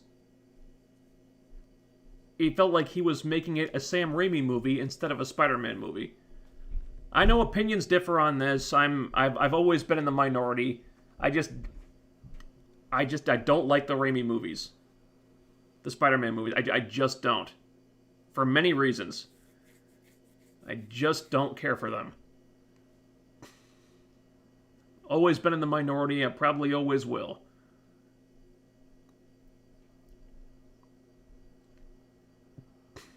What do you think of the theory that Agatha is dead and was sent by Mephisto? It would line up with what we've seen so far, her not being identified, her confusion when she's told that Wanda can raise the dead. I think at that point it's just getting too convoluted. I think if she was sent by Mephisto, that's probably something they'd save for, like, the very end, as a stinger for Doctor Strange or something. Because I don't think you need to add Mephisto to this situation for it to make sense. Because her confusion, when she's told that Wanda can raise the dead, you could just play that off as her acting the part. Because, I mean, they showed her acting really confused and scared when Vision found her in the car, because they revealed that was just her acting, as her pretending to sell the illusion. So, really, you can just say that she was acting confused the whole time. Because that explains just about everything. So I don't think you strictly need to add Mephisto to this situation. Now, I guess they could, but at that point you think you've just got too many villains. Now, maybe if you want it to be a situation like Loki and Thanos from the first Avengers movie, where Loki's the big bad, and then you see at the very end that there was this other guy manipulating events in the background. If you want Mephisto to be a situation like that, that could work, I think. Like, Mephisto was the puppet master behind Agatha. And Agatha wasn't really a big bad. She was like a medium bad. Or like a...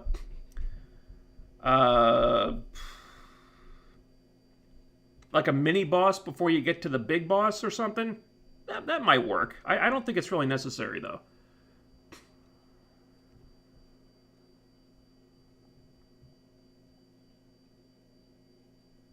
Billy telling her that she's quiet on the inside, it would make sense.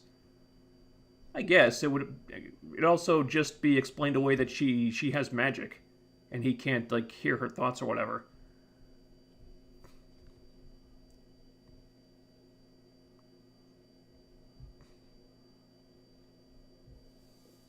Alice is being turned into an anti-hero in Batwoman despite killing lots of people in Season 1. That's probably the direction they're going with her. I don't think it's possible. Alice has just killed too many people. I don't see how you can redeem this character now. I think they're going to try, but in their own inept, incompetent way, it's just not going to work. Now, I'm sure Rachel Scarston will try like hell to sell it, and she's one of the few actors who are actually able to act. That's probably why they kept her around for so long. But writing-wise, I just don't see how you do it. It's not like Alice has shown any remorse for her actions. And she still wants to kill Kate. She's not upset that Kate's dead. She's upset that she didn't get to kill her. Like, that's why she wants to find Kate. She wants to find her so she can be the one to kill her. So, that's, don't get me started. Kingslayer, I liked the Agent Carter show. I don't know. Agent Carter was alright in Season 1. Although, the political stance was obvious from very early on. Season 2 sucked. I think the biggest problem with Agent Carter, as I look back on it, is that it wasn't really about what the show should have been about. Like, it was supposed to be about how Peggy played a role in the creation of S.H.I.E.L.D., but it wasn't. It was about Peggy fighting sexism and dealing with how all her male co-workers treated her like crap because she was a woman and didn't think she could do the job. And Peggy being so awesome that she was secretly like the best agent at the SSR and just wouldn't get any assignments because she's a woman and everything. And it's like, wasn't this supposed to be about something else, guys? It's... I mean, if they were intending to have the show set up the origins of S.H.I.E.L.D., they were playing the long game, like the real long game, and they just didn't get around to it. And Season 2 sucked. Have you thought about checking out the Amazon Prime show Invincible? Hell yeah. You seen the voice cast they have on that show? Incredible. Trailer was great. I'm really looking forward to Invincible. I'd like to review it if I have the time. I'm not sure when it comes out. Glasses and the beard suit you. Oh, thanks. Yeah, honestly, I don't really like having a beard because it gets very itchy. I just don't like to shave. So I'll let the stubble grow out a little bit and then I'll shave it off, but I don't like shaving. I just don't.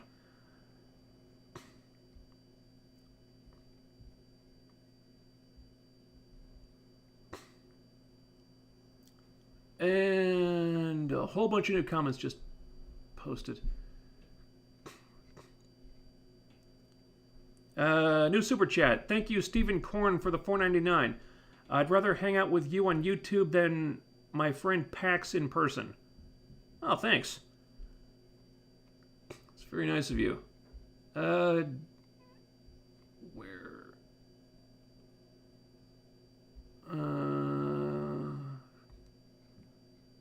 Where am I? I have no idea.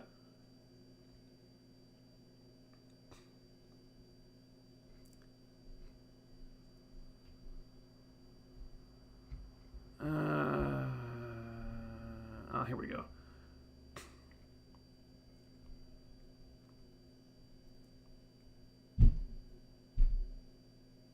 Stop reading my mind about S.H.I.E.L.D.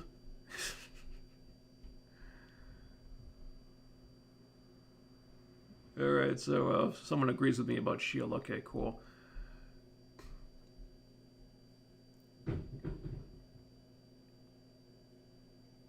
Let's try to get through these a little bit faster. Don't know how long my voice is going to hold out here. Respect your casting choices for Kitty Pryde. My apologies for the bad spelling mistake. How about Juno Temple to play Kitty Pryde, or maybe Alexandra Daddario? Hold on.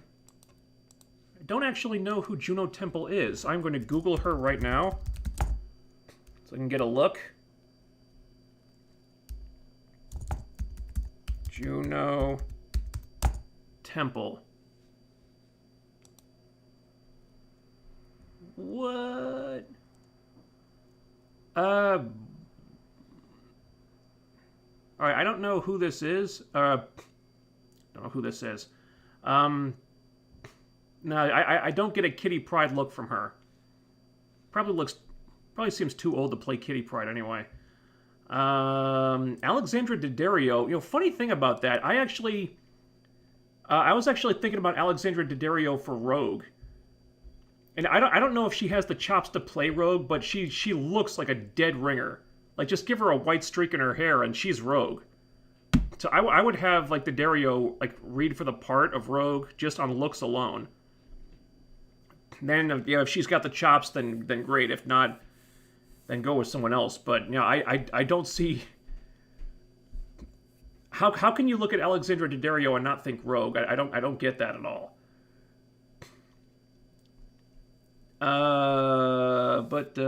Okay. Do you think Stargirl will survive the switch to the CW? Or do you think it was a mistake adding it to their lineup? I think it's too soon to tell. It'll probably have a reduced budget now, which is going to suck. And as I've said before, there will probably be increased pressure from the network to have it conform to the Arrowverse shows and be more like the Arrowverse shows. So I expect the writers will have less freedom, which is going to suck because Stargirl had become a good show, and I was really enjoying it by the end of the first season. And now I just think the network is going to ruin it. Becky G would be a good Kitty Pryde. All right, I'm going to Google Becky G. I'm sorry, I'm very uncool. I don't know who a lot of these people are. Becky G. Born 1997.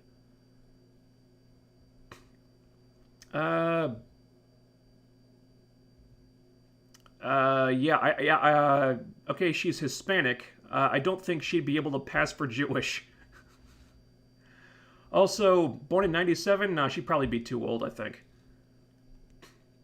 But again, we don't know what kind of age range they're going for with these characters. They could want a Kitty Pryde in her 20s. That's if they want to use the character at all. We don't know yet. I personally want to see some of the characters that haven't really gotten their due in the movies yet. You could say Kitty Pryde is one of them.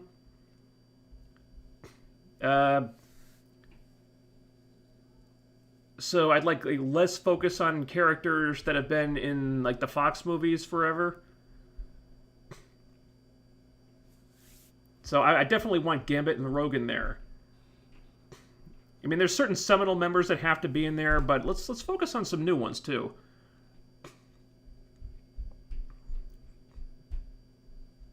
I should make a Batwoman review that it says it's a very good show. I'm sure he'll like it. Pfft.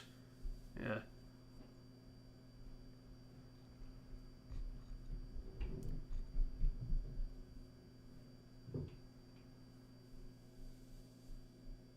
Didn't they say Captain Marvel and Far From Home? It was in the trailer. Yeah, I think they did call her Captain Marvel and Far From Home at one point. Your thoughts on the casting of a Latina Supergirl?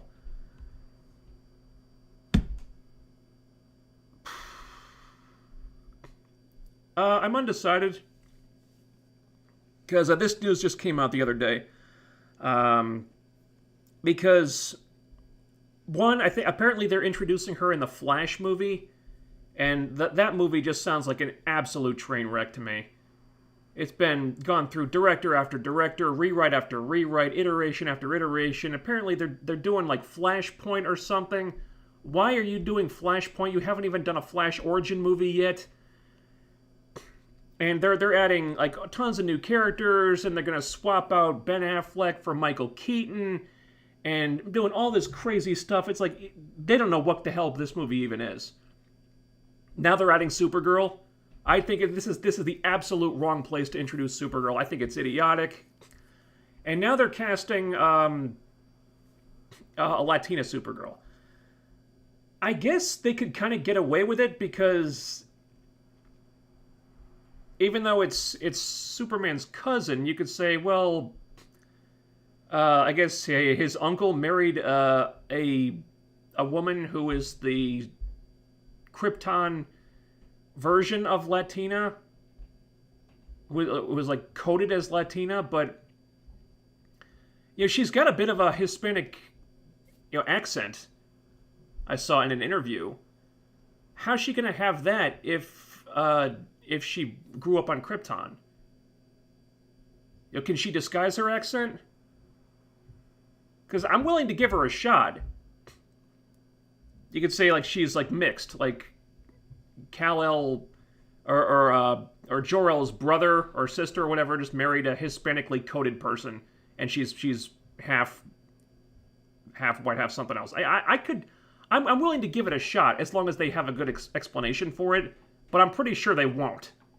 That's the thing.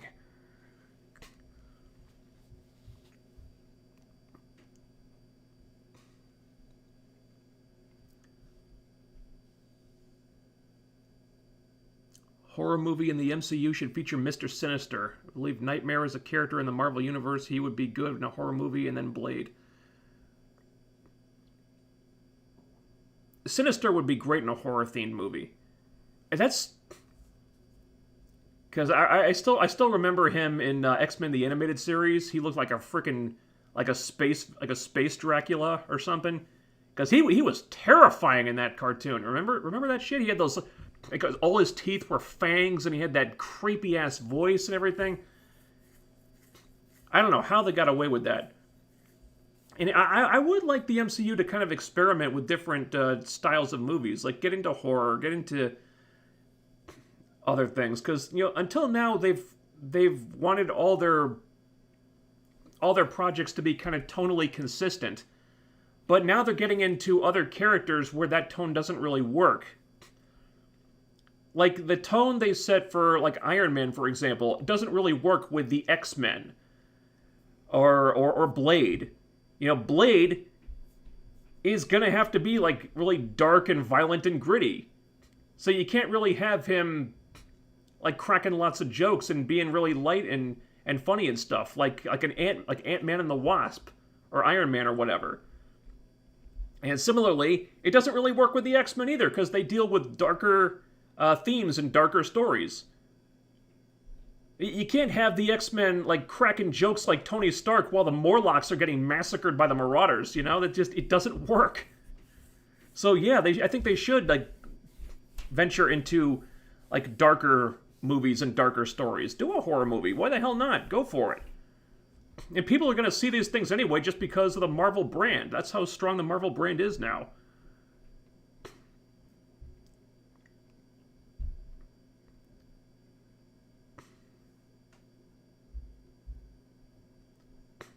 Carol's best story is when she's replaced by a hot Southern belle. Preach.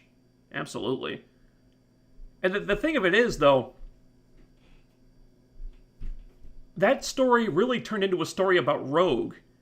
And Rogue was the one who came out of that as the better character. Because Carol just went into a coma, and then the whole thing was about Rogue's guilt and having Carol trapped in her head and everything, and Rogue just blossomed into an awesome character. And she's undoubtedly the more popular character at this point. And, Carol doesn't really have a lot of other good stories written about her. She doesn't. I mean, aside from that, like, the most infamous story about Carol Danvers is probably the one where she gave birth to her own rapist. Yeah, which is a story so bad that Linkara did an episode about it of Atop the Fourth Wall. And I don't blame him, because holy moly. That story is so bad. It was so horrible, I don't know how that issue ever even got printed. Good God.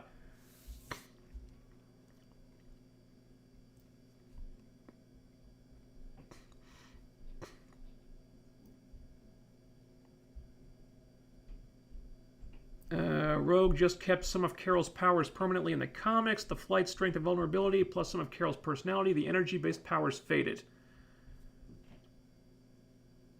Yeah, but...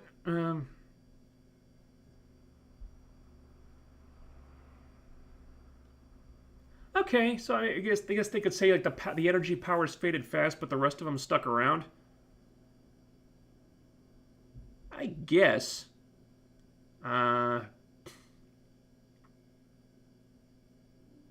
They haven't really focused on the strength much at all, though.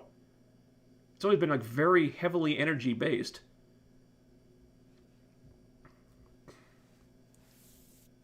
It's going to be... That'd still be difficult to explain, I think.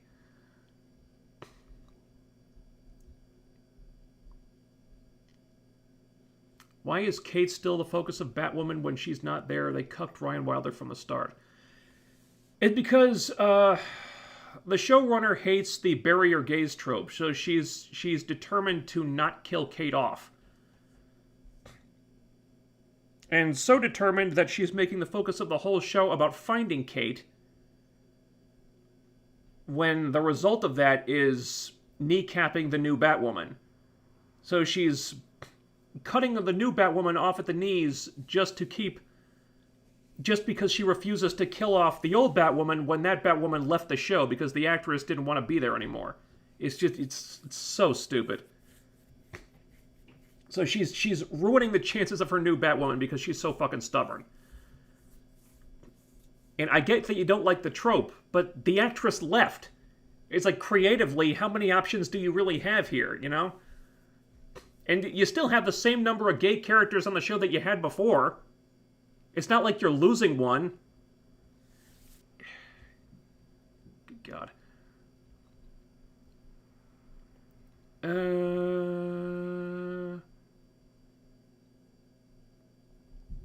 Okay, really, it's the character, Kitty, I want to be Jewish. Alright. Yeah, I think they should keep the character Jewish, absolutely. And there's no reason to change that. Some about the new Latina Supergirl. Kind of covered that already.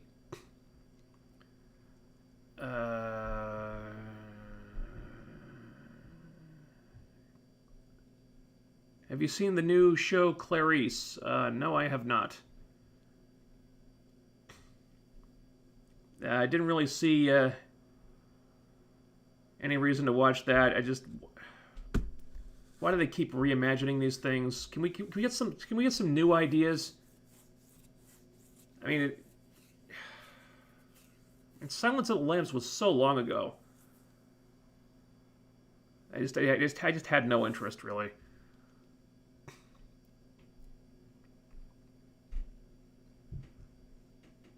Okay.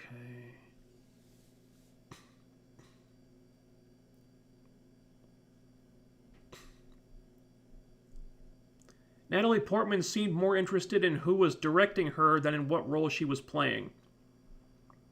Yeah, I heard about that. I heard she was really unhappy that Patty Jenkins was kicked off of was not going to be directing Thor: The Dark World. And then Patty Jenkins went on to direct Wonder Woman 2, and we all saw how that turned out. I still maintain that Thor: The Dark World gets a bad rap. I know it's not one of the best MCU movies, but it's certainly not a disaster. I mean, the Loki stuff saves that movie for me. I know the villain isn't terribly interesting, but Loki's great.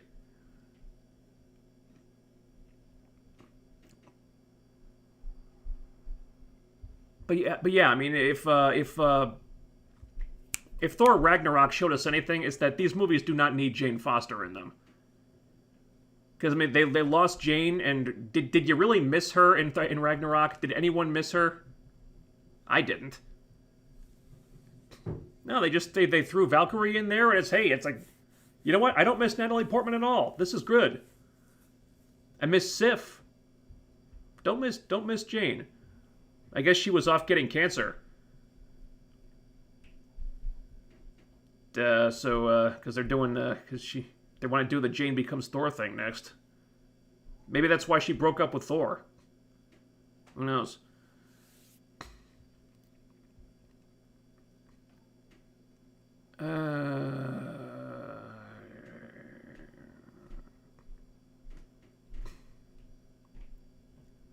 Chung-Li is my favorite. Yeah, where was Chung-Li in that new Mortal Kombat trailer, huh? That was a pretty glaring omission. Did you see that article? Good lord. And Namor, Black Panther, Stark, Reed. Oh yeah, Reed was in there too, in the Illuminati.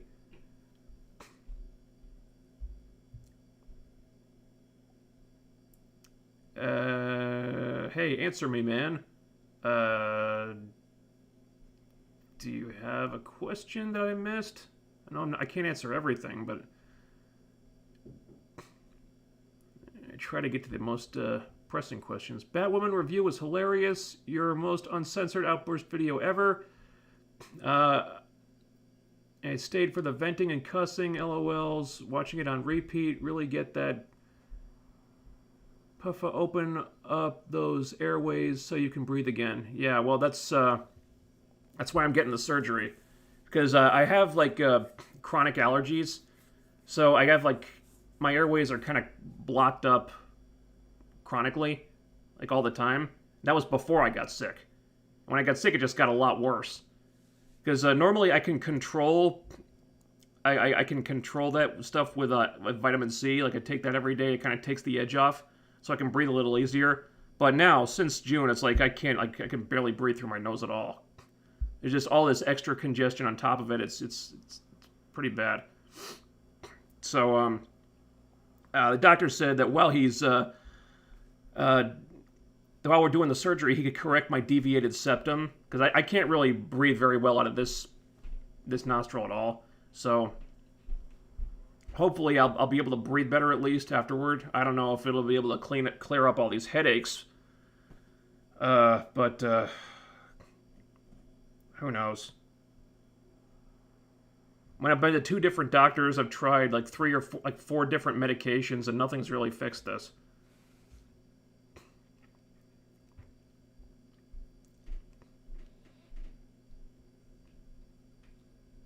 Yeah, Reed and Doctor Strange. Those were the ones I forgot, I guess.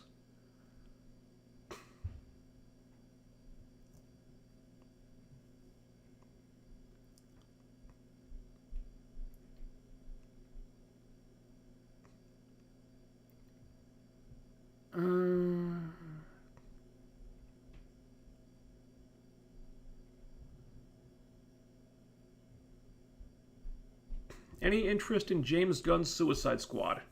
Yeah, sure. I mean, I don't have a ton of interest in the DCEU as a whole because they've completely screwed it up. But I am interested to see James Gunn's take on it. Because I actually liked Suicide Squad more than I disliked it. I know it's not a perfect movie by any stretch, and I don't make excuses for it, but I thought it had some good qualities. But James Gunn coming in to write and direct, I think, yeah, I'd like to see his take on it. Absolutely. I'm sure he'll come up with at least a fun take on that movie. Even though they already messed it up. Like, ideally, if you were going to do a Suicide Squad movie, you'd want to introduce all the major players as villains in other movies first. Instead, we just met all of them in that movie for the first time. It's like, what are you doing? Is it like, wouldn't you want to meet Harley Quinn in like a Batman movie where she had a like no, we meet her, she's already locked up, and now they're all already locked up. We're just meeting them all for the first time. It was there's no planning, no forward thinking in the DCU. They don't know what the hell they're doing. There's nobody driving the ship. Nobody driving the ship.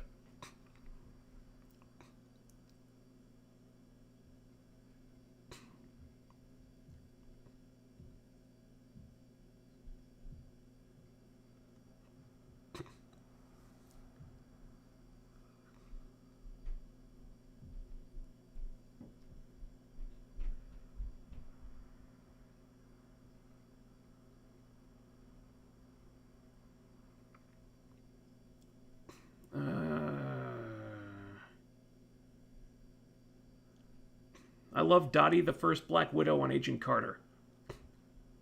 Oh yeah, she was a real standout character, wasn't she? Yeah, yeah, that actress is great. Her name escapes me at the moment, but she's been great in everything I've seen her in. Although they kind of gave her a raw deal because like she lost, like every time she fought Peggy, she lost. It's like because they go out of their way to make her look like this deadly fighter, and like I think all season 1 they built up to that fight between Dottie and Peggy, and then the fight is like over just like that, and Dottie loses. It's like, why? Wouldn't you want her to at least win the first fight, or failing that, like put up more of a fight? Why is Peggy beating her so easily? That was one of the problems I had with Peggy in that show, is that she always won. Like she won every fight she had. It's like after a while, you start to just assume that she's going to win every fight before the fight even starts. And after that, like, there's no sense of tension anymore. That's one of the problems I had with Agent Carter. So I figured, oh, Dottie's going to hand her ass, and Peggy's going to have a real mountain to climb here. And no, Peggy just won. And Dottie was still great after that, but, you know, I never really expected her to beat Peggy afterward. It's like, ugh, come on, guys.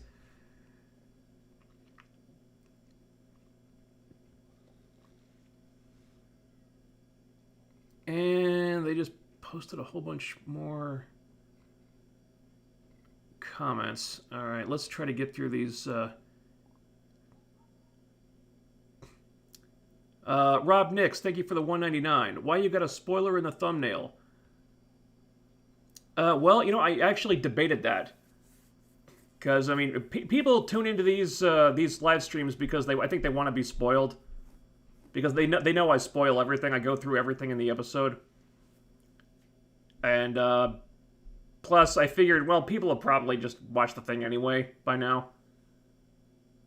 So I actually debated using that thumbnail. I might go back and change it, honestly, but I decided it probably wasn't a big deal. That was actually something I thought about, though.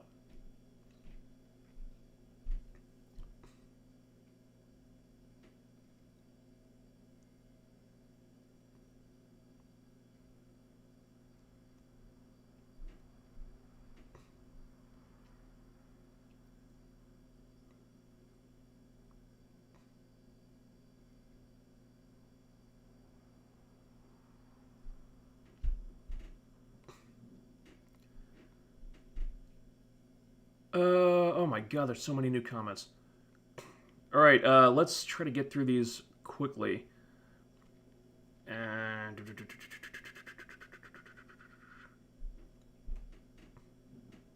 Thought Alexandra Daddario would make a good rogue. Yeah, looks-wise, I mean, it's her eyes, especially. Yeah, absolutely. Absolutely.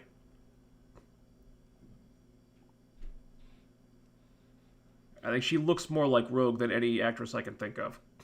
Again, don't know if she's got the acting chops, but I'd say at least let her read for the part. Daisy Ridley should be Rogue? I don't see it.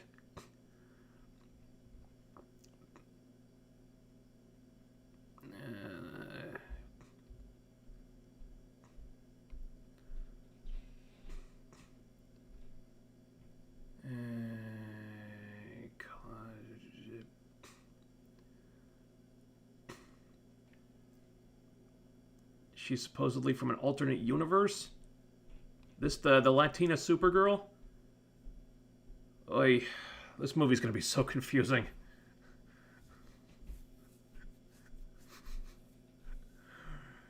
You know, they're doing alternate universes and different versions of the characters. Guys, you haven't even done a Flash origin story yet. Jesus. How do you skip over the origin and go straight to Flashpoint? Oh, and plus, it's all going to be written apparently by the same writer who did Birds of Prey. Yeah, that's scintillating Birds of Prey script, right? How does this woman keep getting so many high-profile writing gigs?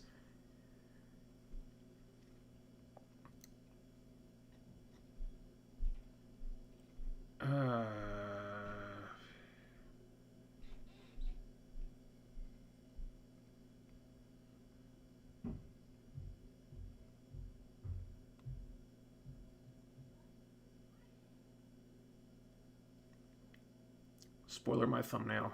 Yeah, I may just go back and change that thumbnail, honestly. Probably a miscalculation on my part. Did you ever see Dexter? They're bringing it back. I did see Dexter. I absolutely hated the final episode. It kind of retroactively ruined the whole series for me. Bringing it back? Sorry, I don't have much interest in seeing it again. Unless they want to, like, retcon the series finale out of existence.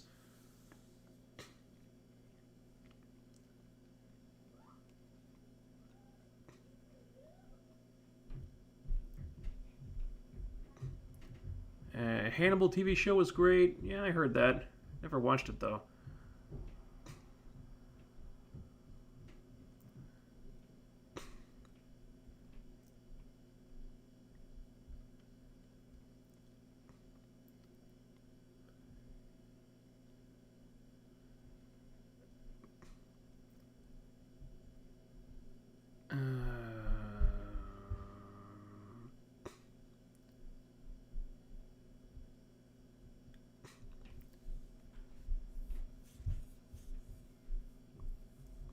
I love Jamie Alexander, especially as Lady Sif. Think she would make a good Wonder Woman for CW's Arrowverse.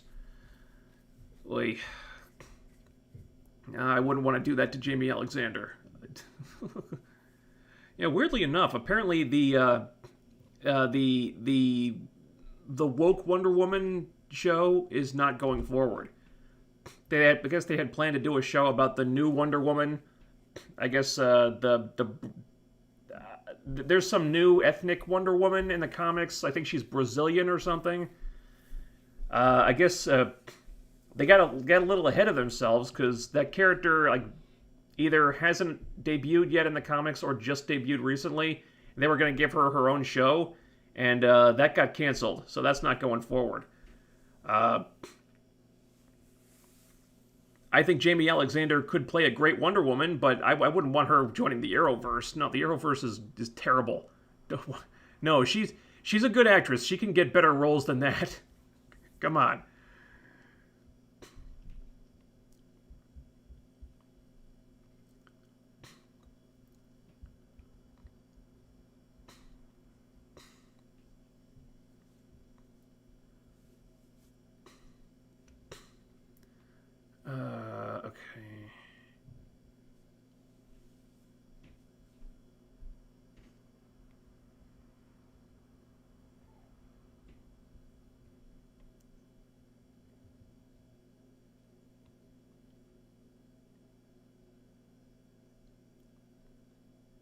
Had the same surgery a few years back. The recovery part is not fun.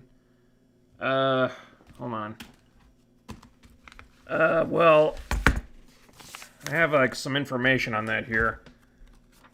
The actual name of it, balloon sinoplasty is the one I'm getting.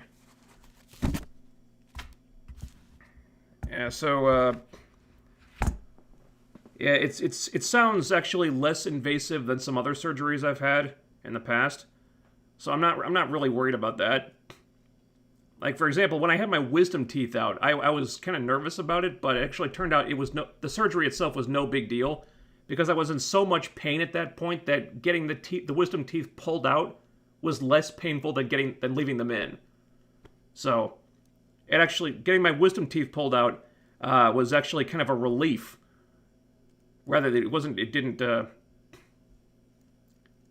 rather than the pain I was expecting. So I'm not really worried about being painful, honestly, because I've been living with this since June. I just want to get the damn thing over with. So I'm looking forward to it, honestly. Not looking forward to paying for it. Don't know what the recovery is going to be like, though. And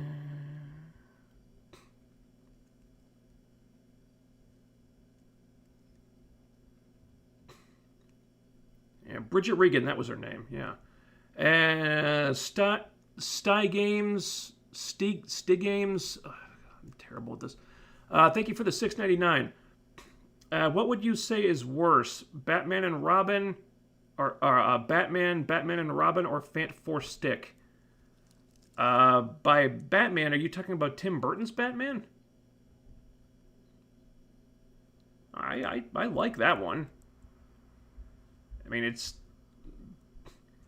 you can argue that it gets the character wrong, but it's still a well-made movie. Batman and Robin is actually kind of fun to watch.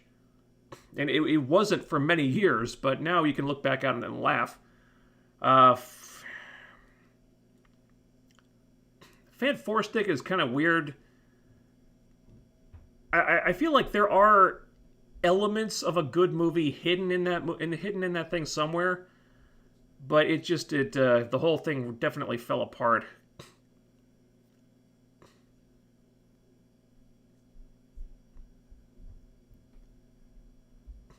I would say probably Batman and Robin is the worst, even though it is a so bad it's funny situation.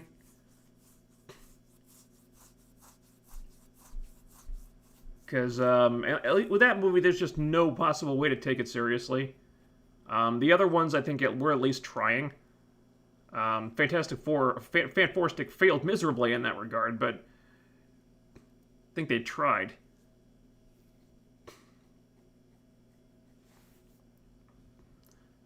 Do you watch anime or read manga?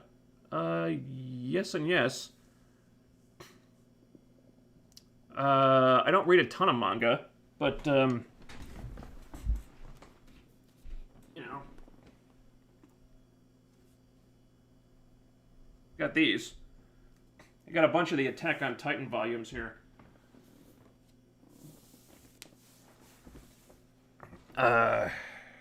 And also, I collected the Bio Booster Armor Guyver manga from way back. It sucks that they never finished it, but that one was great.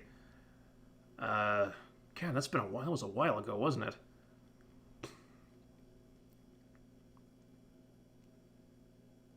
Yara Flor, the new Wonder Woman, had 2 issues in Future State and appeared in some other Future State books. Her own title was surprisingly very good. Alright. Has she been around for long? I don't know. I'm not a DC guy. Fant4stic is the absolute worst. I would argue that the Tim Story Fantastic Four movies are worse. Probably.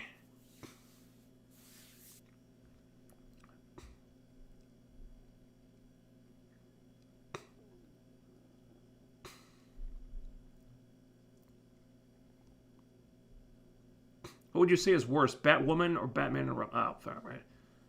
Oh no, Batwoman is the absolute worst. Sorry, I am slightly dyslexic, so I occasionally things go over my head like that. So I saw that as Batman. Sorry. Sorry, that happens sometimes. Like a letter that should be here is over here. Or something will be reversed when it shouldn't be. Sorry about that.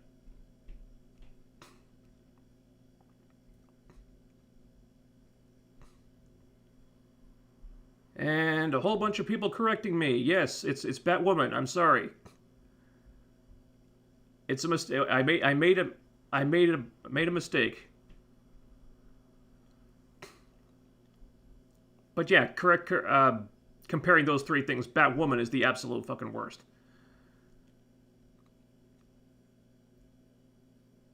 Hell no, I actually love the Tim Story Fantastic Four films. Sure, they're not the best superhero films ever, but to me, they were still entertaining and fun to watch. Okay, well, respectfully disagree. I actually thought the first one was one of the worst films I'd ever seen in the cinema. Yeah, I mean, it's a bad adaptation of a comic book. It's also just terribly made as a film. Yeah, no, those things were just, I thought were just completely incompetent. No, if you like them, I'm not judging, but no, I do not agree. Thorias, you have nice hair. Thank you. You know, when I started appearing on camera, that's the last thing I ever expected people to focus on was my hair. I still don't really understand it. How dare you make a mistake? What are you, human? Unfortunately. Your Floor is a new character. I was part of those expecting a book to laugh at, honestly, but for once they did a good job, and it's on the top 3 future state books for most. Alright. So, her book is surprisingly good. Okay. How long has she been around now? I haven't been keeping track.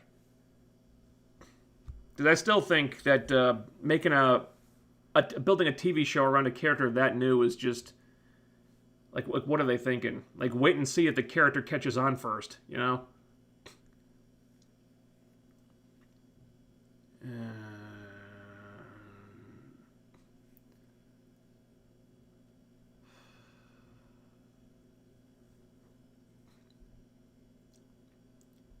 I give my right arm to be left-handed. You know, I actually am left-handed. It's not all it's cracked up to be.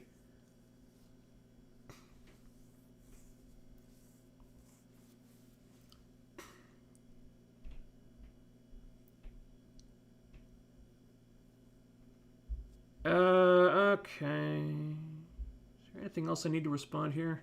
Respond to?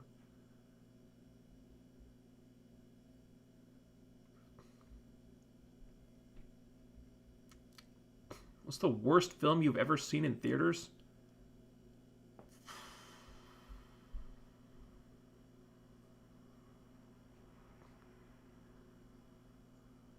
I don't really know. I mean, you got me thinking about the Tim Story Fantastic Four movie now. I want to say that one.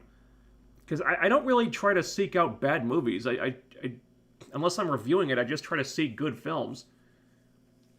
But I really hated that Tim Story Fantastic Four movie. I really hated that thing. And the sequel wasn't much better.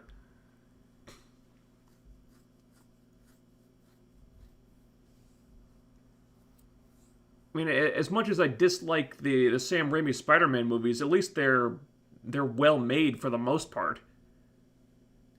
But no, dude, God, it's like it's hard to imagine a director less suited for this type of film. It's like he tried to make it a sitcom. It's like, what? Yeah, whatever.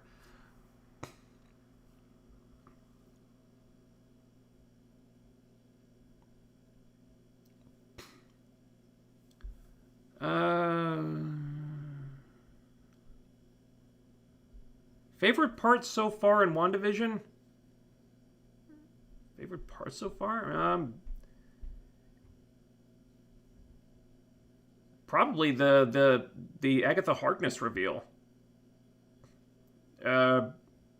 Weirdly enough, WandaVision has been the least interesting thing for me. I like when they go outside WandaVision and show the stuff at Sword with the other characters, or like I'm here for the mystery, like the larger story of what's going on. The actual WandaVision sitcom, that's been the least interesting part for me.